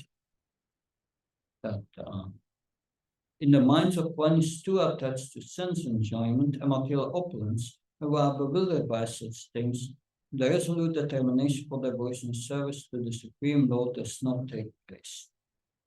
And that's a problem. That because it says Tayaparita Sheta Sam. The mind becomes disturbed. Sense gratification and all these material desires disturbs the mind. That it takes away your peace. You are full of anxiety. That anxiety, illusion, that lamentation, depression, all these things. That's caused by attachment to sense gratification. You cannot fix your mind on Krishna and think of Krishna. The mind takes you away, it's attached to sense gratification. So what to say those who go to the heavenly planets? They are so absorbed in sense gratification because it's so strong there. So they cannot think of Krishna. They are also devoted to Krishna, the demigods, but they are sakam bhaktas. Sakam. They have also material desire. They want to serve Krishna, but they have also material desires. What happens then? Krishna is in their heart, but they cannot find Krishna in their heart. Feel Krishna in their heart. And they cannot understand who Krishna is. They think Krishna is a super soul in their heart. Because we hear in the beginning of the 10th canto, Bhumi is complaining to Brahma. He says, all these Kshatriyas, these kings are exploiting my service just for their sense gratification. They are not concerned with the benefit of the people. They are just living for sense gratification. Please help. And then Brahma is going to consult with Kshirodakashayi Vishnu. That Vishnu, who is far away, Vishnu stays on a spiritual planet in this universe. Svetatdvip is called. And in Svetatdvip, there's a milk ocean. It looks white.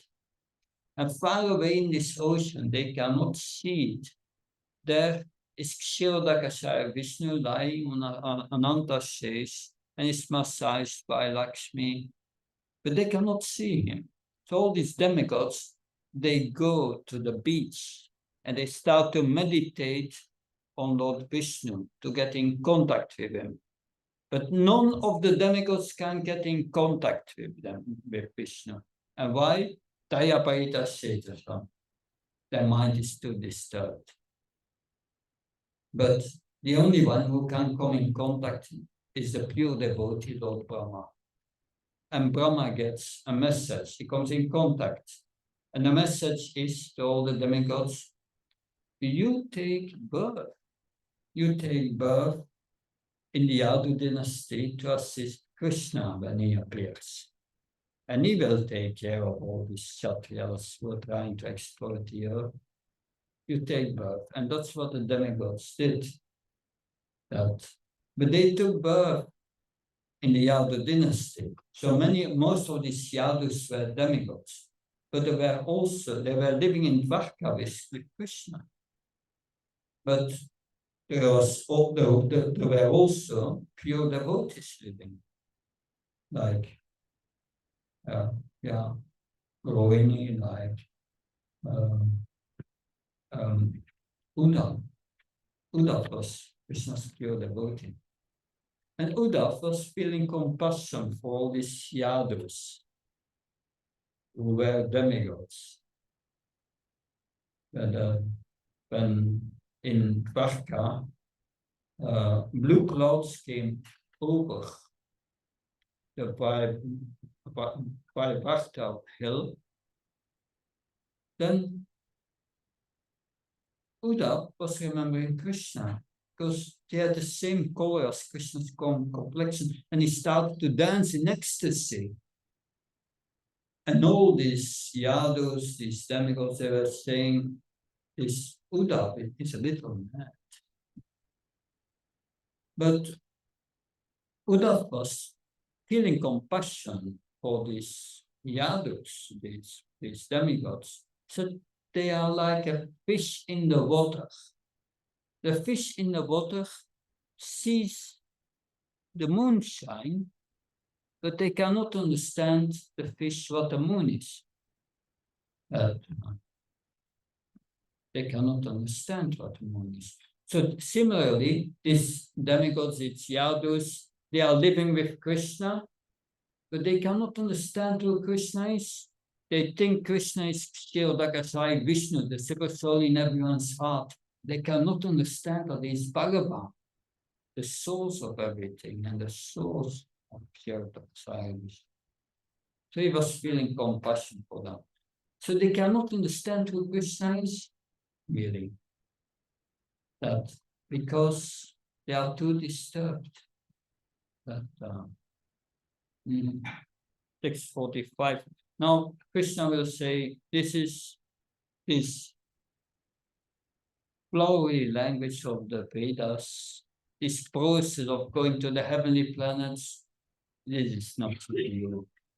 It's going, Tayapeta says, and it's going to disturb your mind. Nistra Guna Aruna. You transcend this, the modes of nature. Don't stay under the influence of this material nature. Because this is all within the material universe, material nature. So the Vedas deal mainly with the subject of the three modes of material nature. Arjuna become transcendental to these modes, be free from dualities and from all gain and safety, and be established in the soul.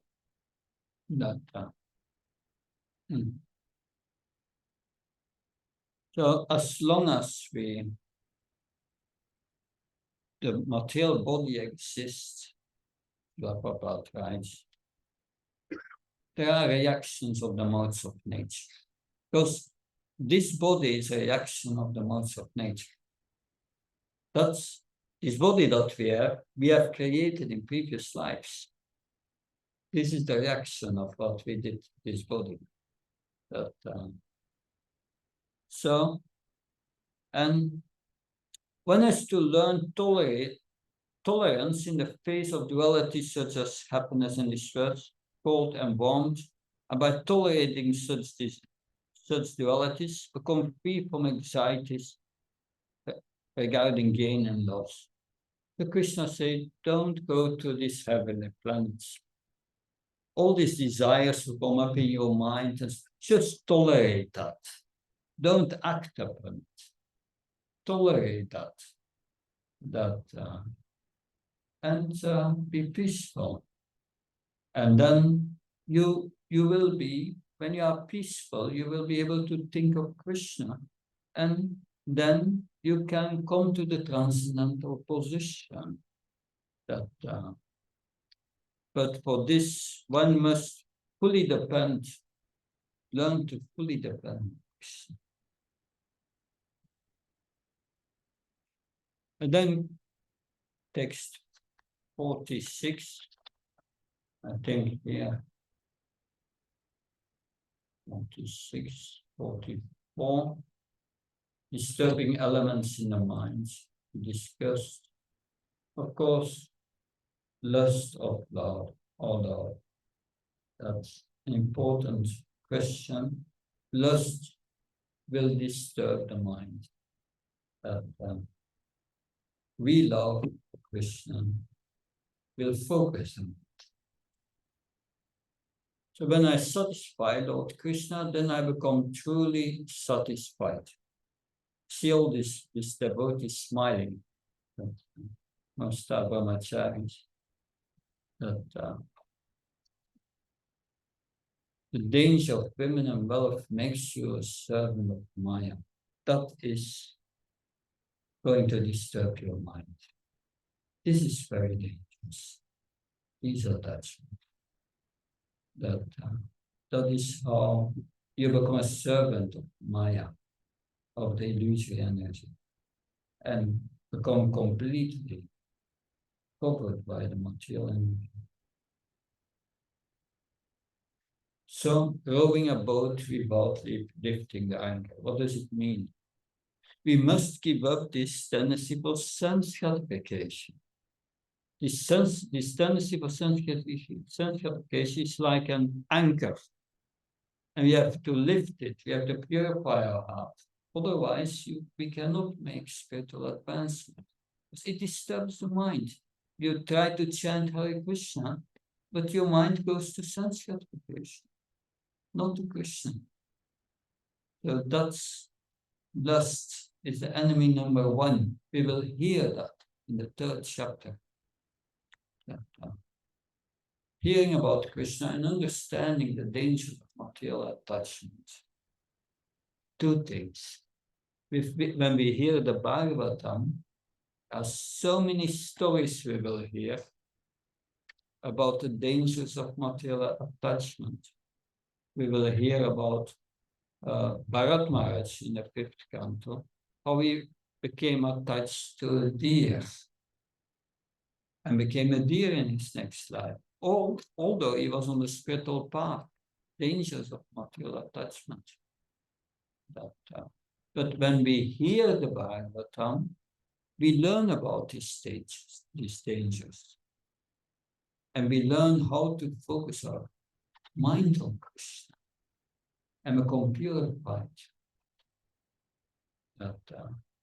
So, just hearing the Bhagavatam, we can give up this material attachment and save just by hearing. Now, text 246. Yavanartha uda pane sarvata samplutodake tavan sarveshu vedeshu brahmanasya vijanita.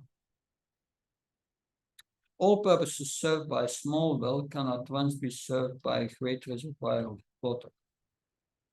Similarly, all the purposes of the Vedas can be served by one who knows the purpose behind them. What's the purpose of the Vedas? Vedas Sarvame Veda. It's knowing Krishna. And when we know Krishna, we know everything. Because Krishna is the source of everything.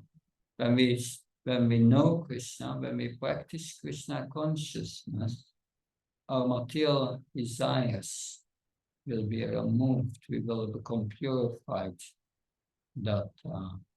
we will come to the platform of Brahman realization. Brahma Bhuta Pashanatmana Shostina Kamshati Samsvesha Bhushnimat Bhaktim Nabate Param. That's the platform that's called Nishtha, the platform where we have purified the heart.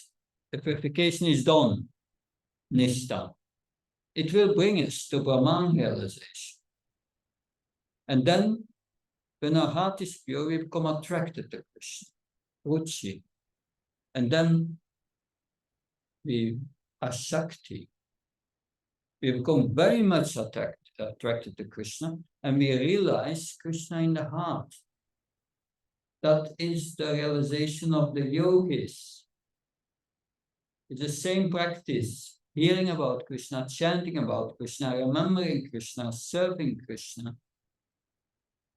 We do the same thing, but we come to Brahman realization. From Brahman realization, what is the realization of the impersonalist, of the jnanis, we come to the realization of a Sakti, Krishna in the heart.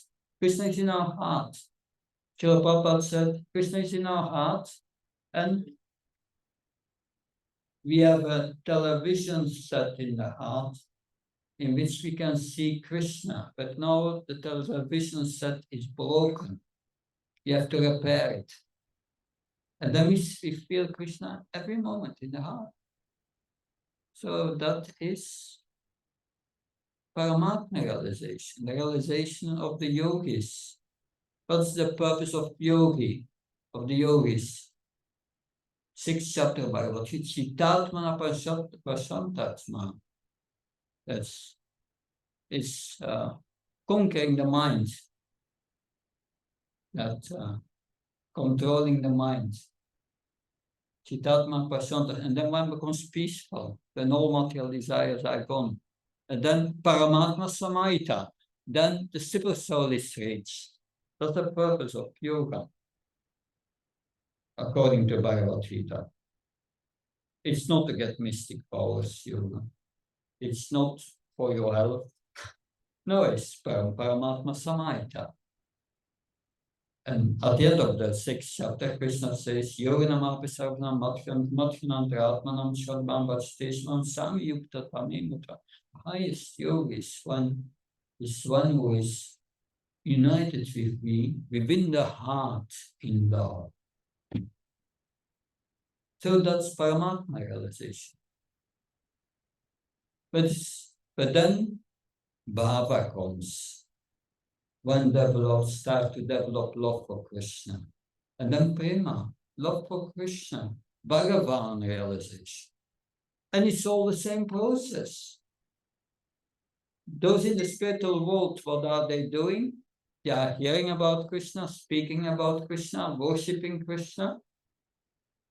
But the activities we do here in our sadhana is chanting the holy name, hearing about Krishna, serving Krishna. It's the same process, but it serves all purposes, all the purposes. Brahman realization, Paramatma realization, Bhagavan realization.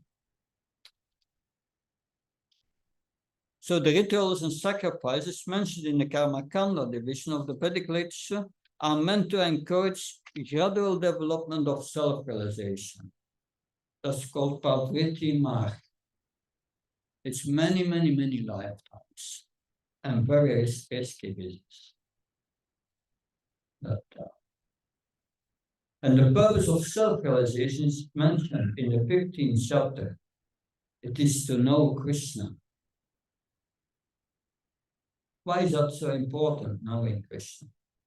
If you know Krishna, you know you are not Krishna. If you know Krishna, we know we are the servant of Krishna. And then we realize our relationship with Krishna, which is devotional service. But it starts with knowing Krishna. Then you start to know who we are, so Krishna. Then you understand our relationship. It starts all with knowing Krishna. Therefore, that is most important. So self-realization means understanding Krishna and one's eternal relationship with him. And knowing what Krishna is and what our relationship with him. And Krishna consciousness means acting in this relationship. Acting in this relationship is called devotional service, Bhakti. The living entities are part and parcels of Krishna. That's 15.7 of Bhagavad Gita. Mama from Shochi Vedoki. We are part and parcels. Krishna says it's very clear. And Krishna says, Mama from Shochi Vedoki, Shiva, Buddha, Sanatana. He says Sanatana. We are eternally part and parcel of Krishna. We are not going to merge with him or something. Eternally. Therefore, the vital of Krishna consciousness by the individual living entity is the highest perfectional stage of Vedic knowledge. that revival of Krishna consciousness means living in a relationship with Krishna. And we have all a relationship with Krishna. It's now covered over. Like we have all a different fingerprint, right? Everyone has a different one. We are unique. We have a unique relationship with Krishna. And if you become purified, that will become uncovered. It's there in the heart. It's not about Krishna consciousness.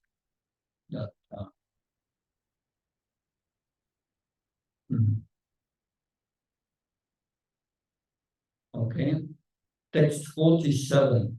47 gives the principle now of karma yoga.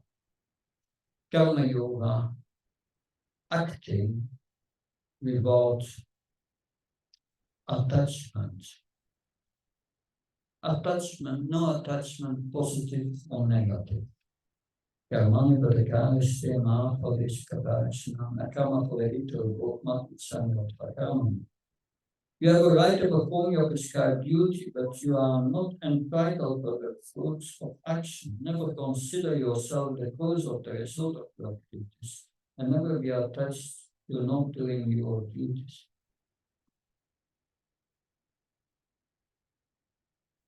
Materialistic people think themselves always the cause of their activities. I'm going to do it on my own strength.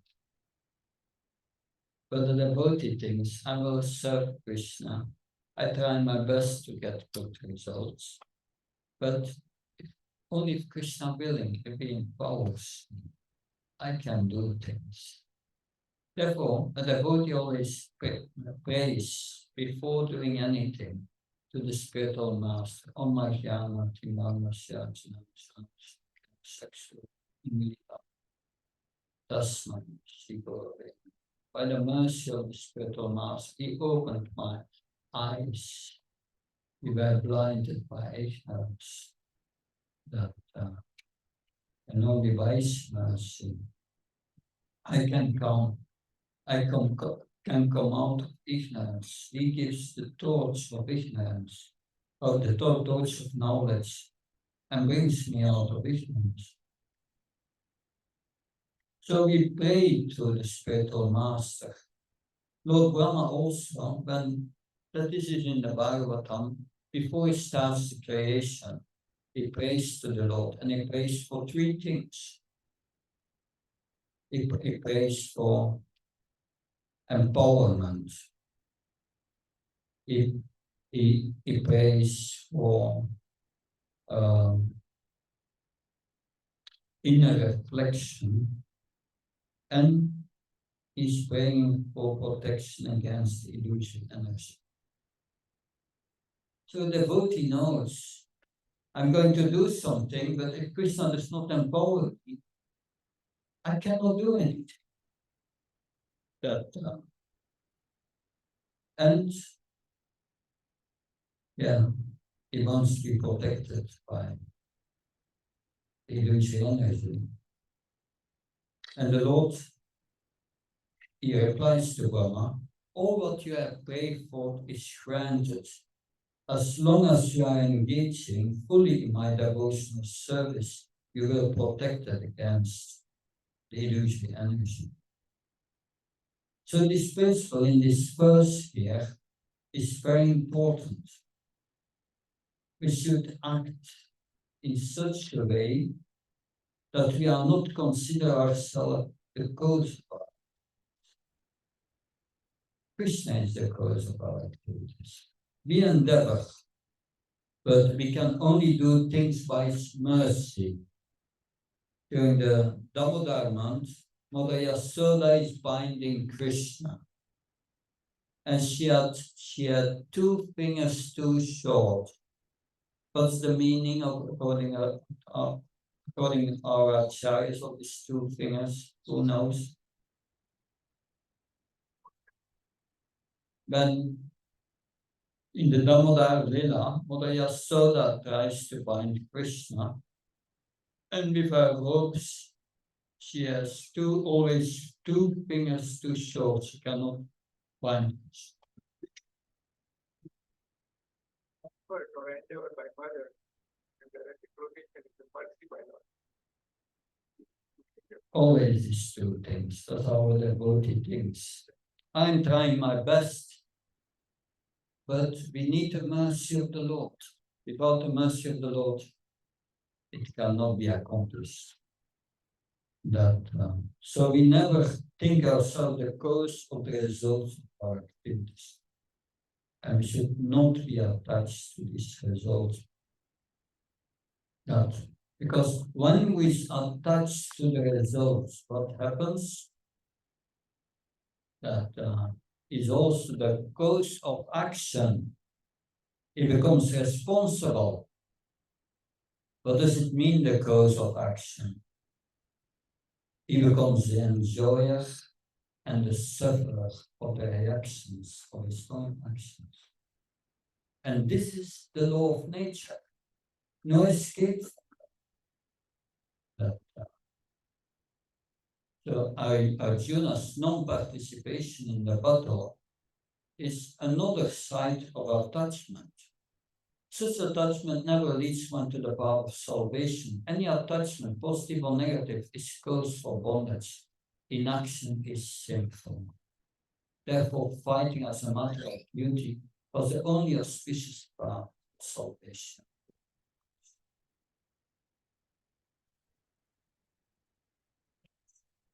Okay. And now Krishna is going to give a definition of yoga. Another definition, yes, different definition, but that is one of his definitions.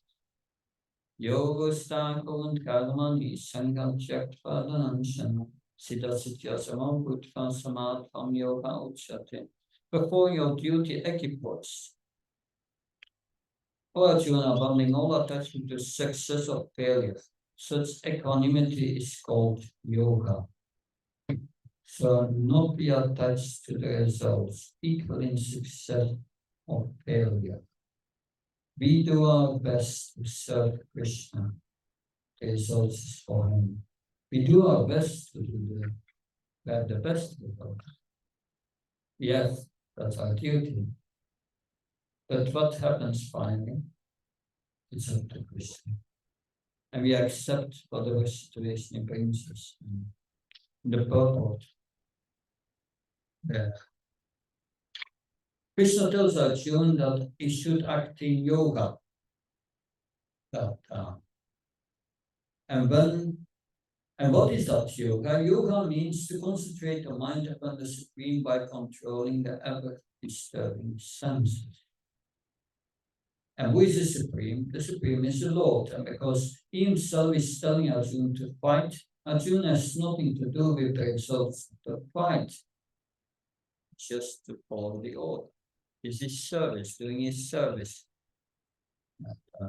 Gain of victory are Krishna's concerns. Krishna will arrange that. And he has already arranged that. We will see in the 11th chapter.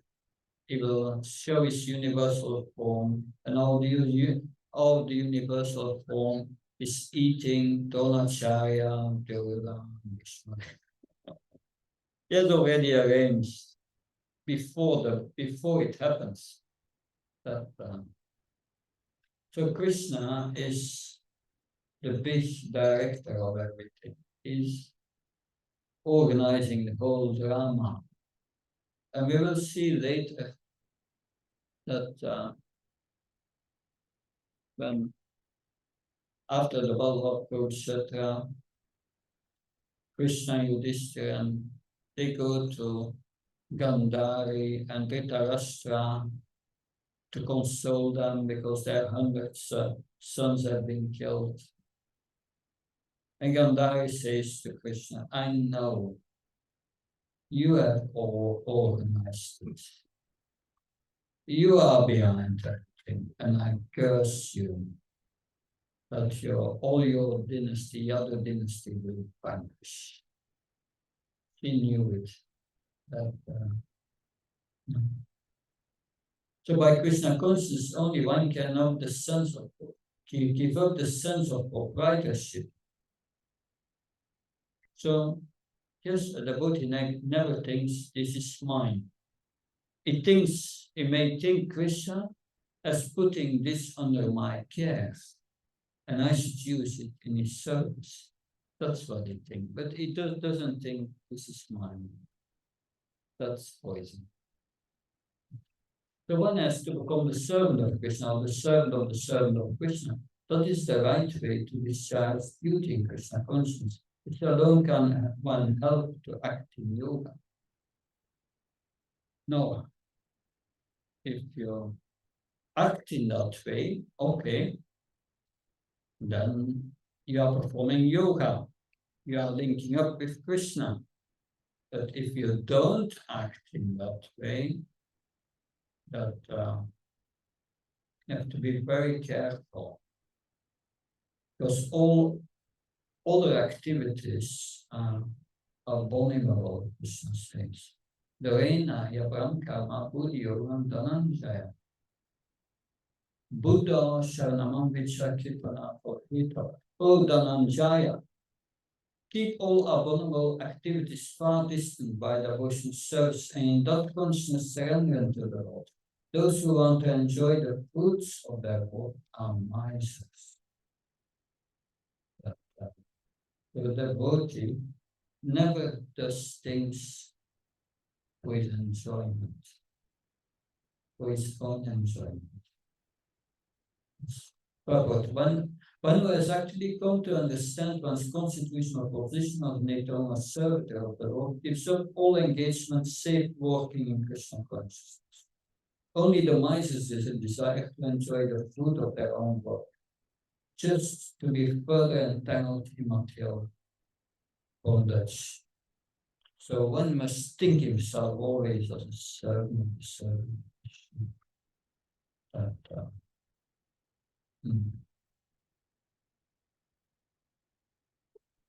So this means we should only accept what's favorable for Krishna consciousness, reject what's unfavorable. That's what Bhakti says. Bhakti translates this to Yaparam karma. Throw away by force all work not in Krishna consciousness.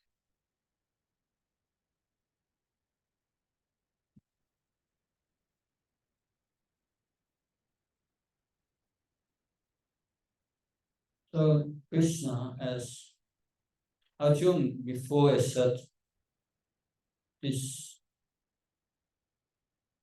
battle will destroy the family tradition. Varna Sankara will be mixed. The caste will be mixed. Progeny will be useless.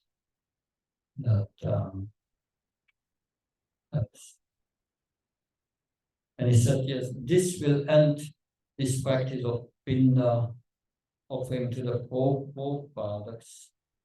But this is karma kanda. And Krishna says, you give that up, this karma kanda. That Nista Guna, you transcend it by devotion service.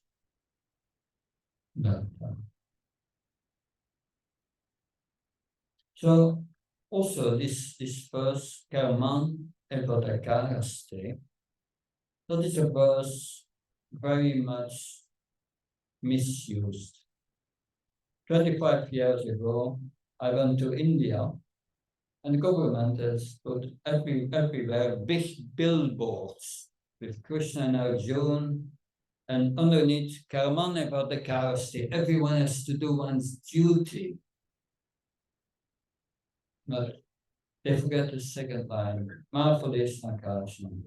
without attachment to the fruits. And that's the consciousness in which one must do. And that's much more important that some interprets this Karmanipatikaste, getting the second line, and they say, Krishna is saying we should do our prescribed duty of maintaining our families. That's not what Krishna is saying. They should not be attached to the fruits. This is the more we will have still two sections in the morning on 7 to 8:30, 9 o'clock. We will have to do two sections, but we need to finish the sixth chapter. And we have now 10 minutes for questions. Yes, Maharaj, if Arjun is a pure devotee, then why did Krishna say that he will go to heaven if he dies on the battlefield? well, it's just in response of his previous reason, he says, yeah, by he's saying we will get perform sin and go to hell. And we will not enjoy, he said. No enjoyment. But Krishna says at Kshatriya that if he fights on basis of religious principles, he will enjoy, he will go to the heavenly planets. And even if you die, but if you survive, you will enjoy a kingdom. Arjuna is a pure devotee, but Arjuna makes it up about his enjoyment, and Krishna replies that Arjuna is asking this question not for himself, for us. Is that collection of Vedic literature called Karmakand? Yes, yes. There is the Karma Kanda section that the specialist in Karma Kanda is Sukacharya. He was very acquainted with that. But the Karma Kanda, you find in many scriptures, like in the Puranas, you find it. There are 18 Puranas. There are 6 Puranas for those in the mode of ignorance, 6 Puranas in those in the mode of passion. The 6 Puranas in the mode of passion is Karma Kanda. Mostly is Karma Kanda. The 18 Puranas are basically. Yeah, Karmakand. 18 main Puranas. Because then you have 5 Puranas in the mode of goodness, and you have 1 Amala Puran, which is transcendental, and that's the Bhagavad Srimad. And does the Lord Shiva advocate pure devotional service to himself or to Krishna? To Krishna. But I thought you said that when you were giving an example about Lord Shiva, he has 2 kinds of devotees. I thought you Yeah. said that they want his devotees to worship himself. No, you have 2 kinds of disciples. You accept 2 kinds of disciples. Because Lord Shiva is the Guna avatar of ignorance. And he wants to be very merciful to these creatures in ignorance and fulfill their desires. That's one kind of disciple.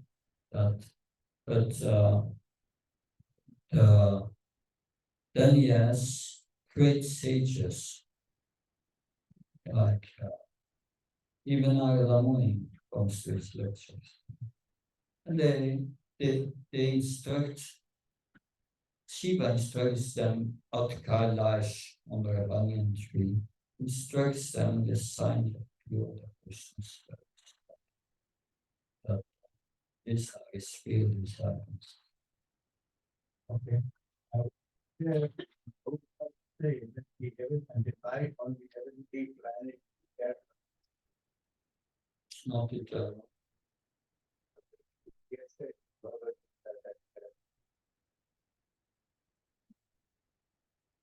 I didn't read that. You show me where it is. spending time on the heavenly planet, do you always come back as a one with the two? No. Usually you go to the planets because you have done pious activities.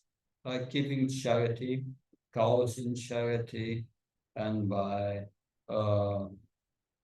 making wells or other activities, mostly charity. And by that, they can go to the heavenly planets. Also, certain sacrifices helps one to go to attain Svarga. That and when you this so-called pious activity, sukarma, gives you a credit to go to the heavenly planets for a certain number of years. It's like you have a credit card with a lot of money. And you live from the money, but finally it runs out. And with the last thing that runs out, you keep a little reserve. You come back to the earthly planets where you take birth in a rich family or in a family of devotees. It's also possible that if they are aspiring for spiritual life, that and there they have to start again. They come down from the heavenly planets through the rain. Rain comes in grains. The grains comes into the semen of a man, and there it goes. And that's how they come back. And mostly they are quite pious. That, but then they have to start again, get their credits to go again to the heavenly planets. But mostly they become bewildered by the illusory energy, a very dangerous path. So they come back as humans and not as animals. No, no, because they come from the mother of goodness. Right. And okay, that's it. Yes. Maharaj, we discussed under which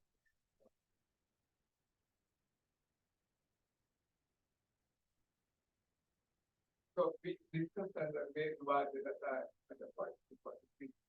Do the Sakam Bhaktas of Lord Krishna described in 7th chapter? That will be the very mantra. They fall under that or they don't. That's in the 7th chapter, there are 4 kinds of pious people. Yeah. Sukrititas, pious people. That and those who are in distress, they all approach Krishna. Because they are approaching Krishna, they are Sukritina. Whether they have material desires or not, they are approaching Krishna and they are intelligence. The Vedavataras, they don't approach Krishna. They perform pious activities to go to heaven. So they do not fall under that. No. And because Lord Krishna calls Udara survey, they are all magnificent. That's what he tells here. The next group. Yeah. So that's what they help those Sakamkar to help become this calm now or become pure and That Krishna does not intervene with the free will of the living entity. If they want that, Krishna will help them. But mostly they don't want, because they are too under the influence of an atmosphere of sense gratifications, too strong in their planets. And that takes away their mind to sense gratification. They cannot think of anything else. It is a prison of material. because see, Maharaj came for the Sakam, so he wanted material. Yeah. And even though it was Sakam, what is the kind of parallel to revert him to pure? Yeah, but now the money tricked him. So is it the mercy of the devotee Yeah. that the Sakam picked it up? Because he wanted a kingdom greater than his great grandfather Brahma. And Brahma has the whole universe. So can you have a bigger material desire? No. And Adam would say, okay, you go for it, no problem, but I will give you the process. You want to fast, you can fast, but you make a deity, and while you do your tapasya and your standing of one leg and so on, you chant Om Namo Bhagavate Vasudevaya. So he engaged him in chanting the glory of Krishna. And by that purified his heart. And finally he came in contact with Lord Krishna. And then by the contact of his conscience, he became completely purified. So he was not a Sakam Bhakti anymore. But that's the mercy of Nandamuni who tricked him. So why am I asking this question so far? Myself, I am a Sakam, but in the sense that, I do have my dreams back. But because of mercy of this Prabhupada, now I understand that these are temporary. So what I am asking is Sakam, but And there's a difference between Sakam Bhakta and having material desires. A devotee, he has material desires, but he has desire to become free from it. The Sakam Bhakta is not a desire. That he just wants to go to serve Krishna in the material world and have a position of power and enjoy in that way by being one of the big controllers. So you he who has to desire or Lord Krishna will have mercy, or at least your devotee like Prabhupada to have mercy on persons like us who have desire. And we are perceiving Lord Krishna. So Yeah. did it happen there? Is the mercy of Prabhupada, is the mercy of the spiritual master, that we can worship Krishna even with an impure heart. And by the mercy of the spiritual master, that will purify. That is the mercy of the spiritual master is essential in the voice of the Christian service. Without that, we are nothing. And the mercy of the spiritual master means in our movement, the mercy of Prabhupada. That's where the mercy comes from. I was with Bhakti Maharaj in 2018, I think, at the Bhakti Manor in London. And he was going to give initiation of some of my Bhakti Sastri students. He asked me to speak in front of everyone. It was embarrassing. Anyway, I started with asking his blessings. You know what he told me? He said, no. And he pointed to the deity of Prabhupada. This is where the blessings come from. And that is something we must always be aware of. Our spiritual master is only a servant of Prabhupada, representative of mercy comes from. I guess. That point from the Prabhupada point is like that. This is humility. And speak in the mind. Is it like a humility, like a slipper? He's the transferring to the slipper part, but a kind of humility, right? It's not just humility. This is a fact that the mercy comes to Prabhupada. And we are all the spiritual masters in ISKCON, they are not on the level of Prabhupada. They are like you have small lamps, big lamps, some have more power, spiritual power than others, but nobody is on the level of Prabhupada that in our movement. And therefore we must see our spiritual master as a representative of Prabhupada, our spiritual connection with Prabhupada. That is essential. So without the mercy of our spiritual master and Prabhupada, cannot make spiritual advancement. But the mercy comes to our spiritual master. Yeah, that is the main thing. Through him, only go to the slipper. Yeah. That's the Very clear. Yeah. Because so many customers nowadays, directly taking Prabhupada. No, And that process will be there. no, that's bogus. Okay. Last question, maybe.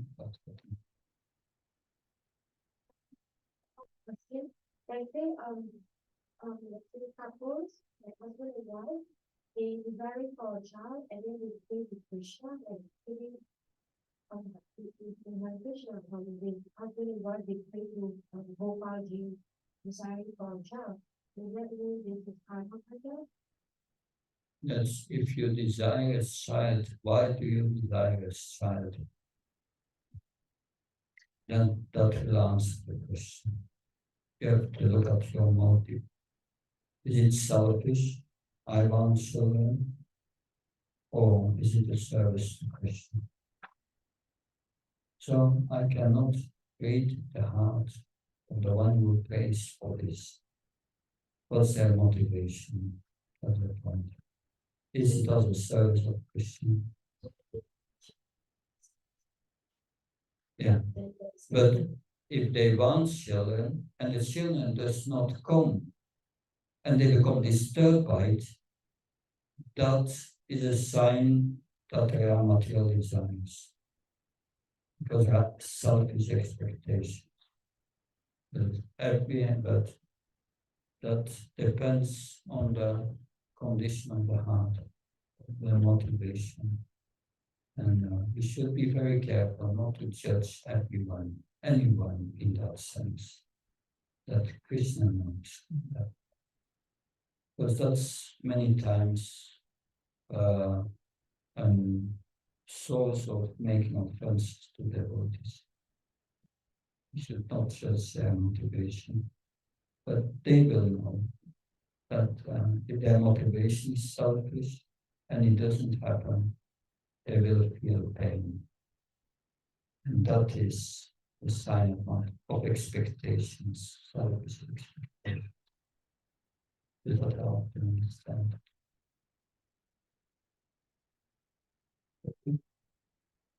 Thank you. Hare Krishna, Jai Prabhupada.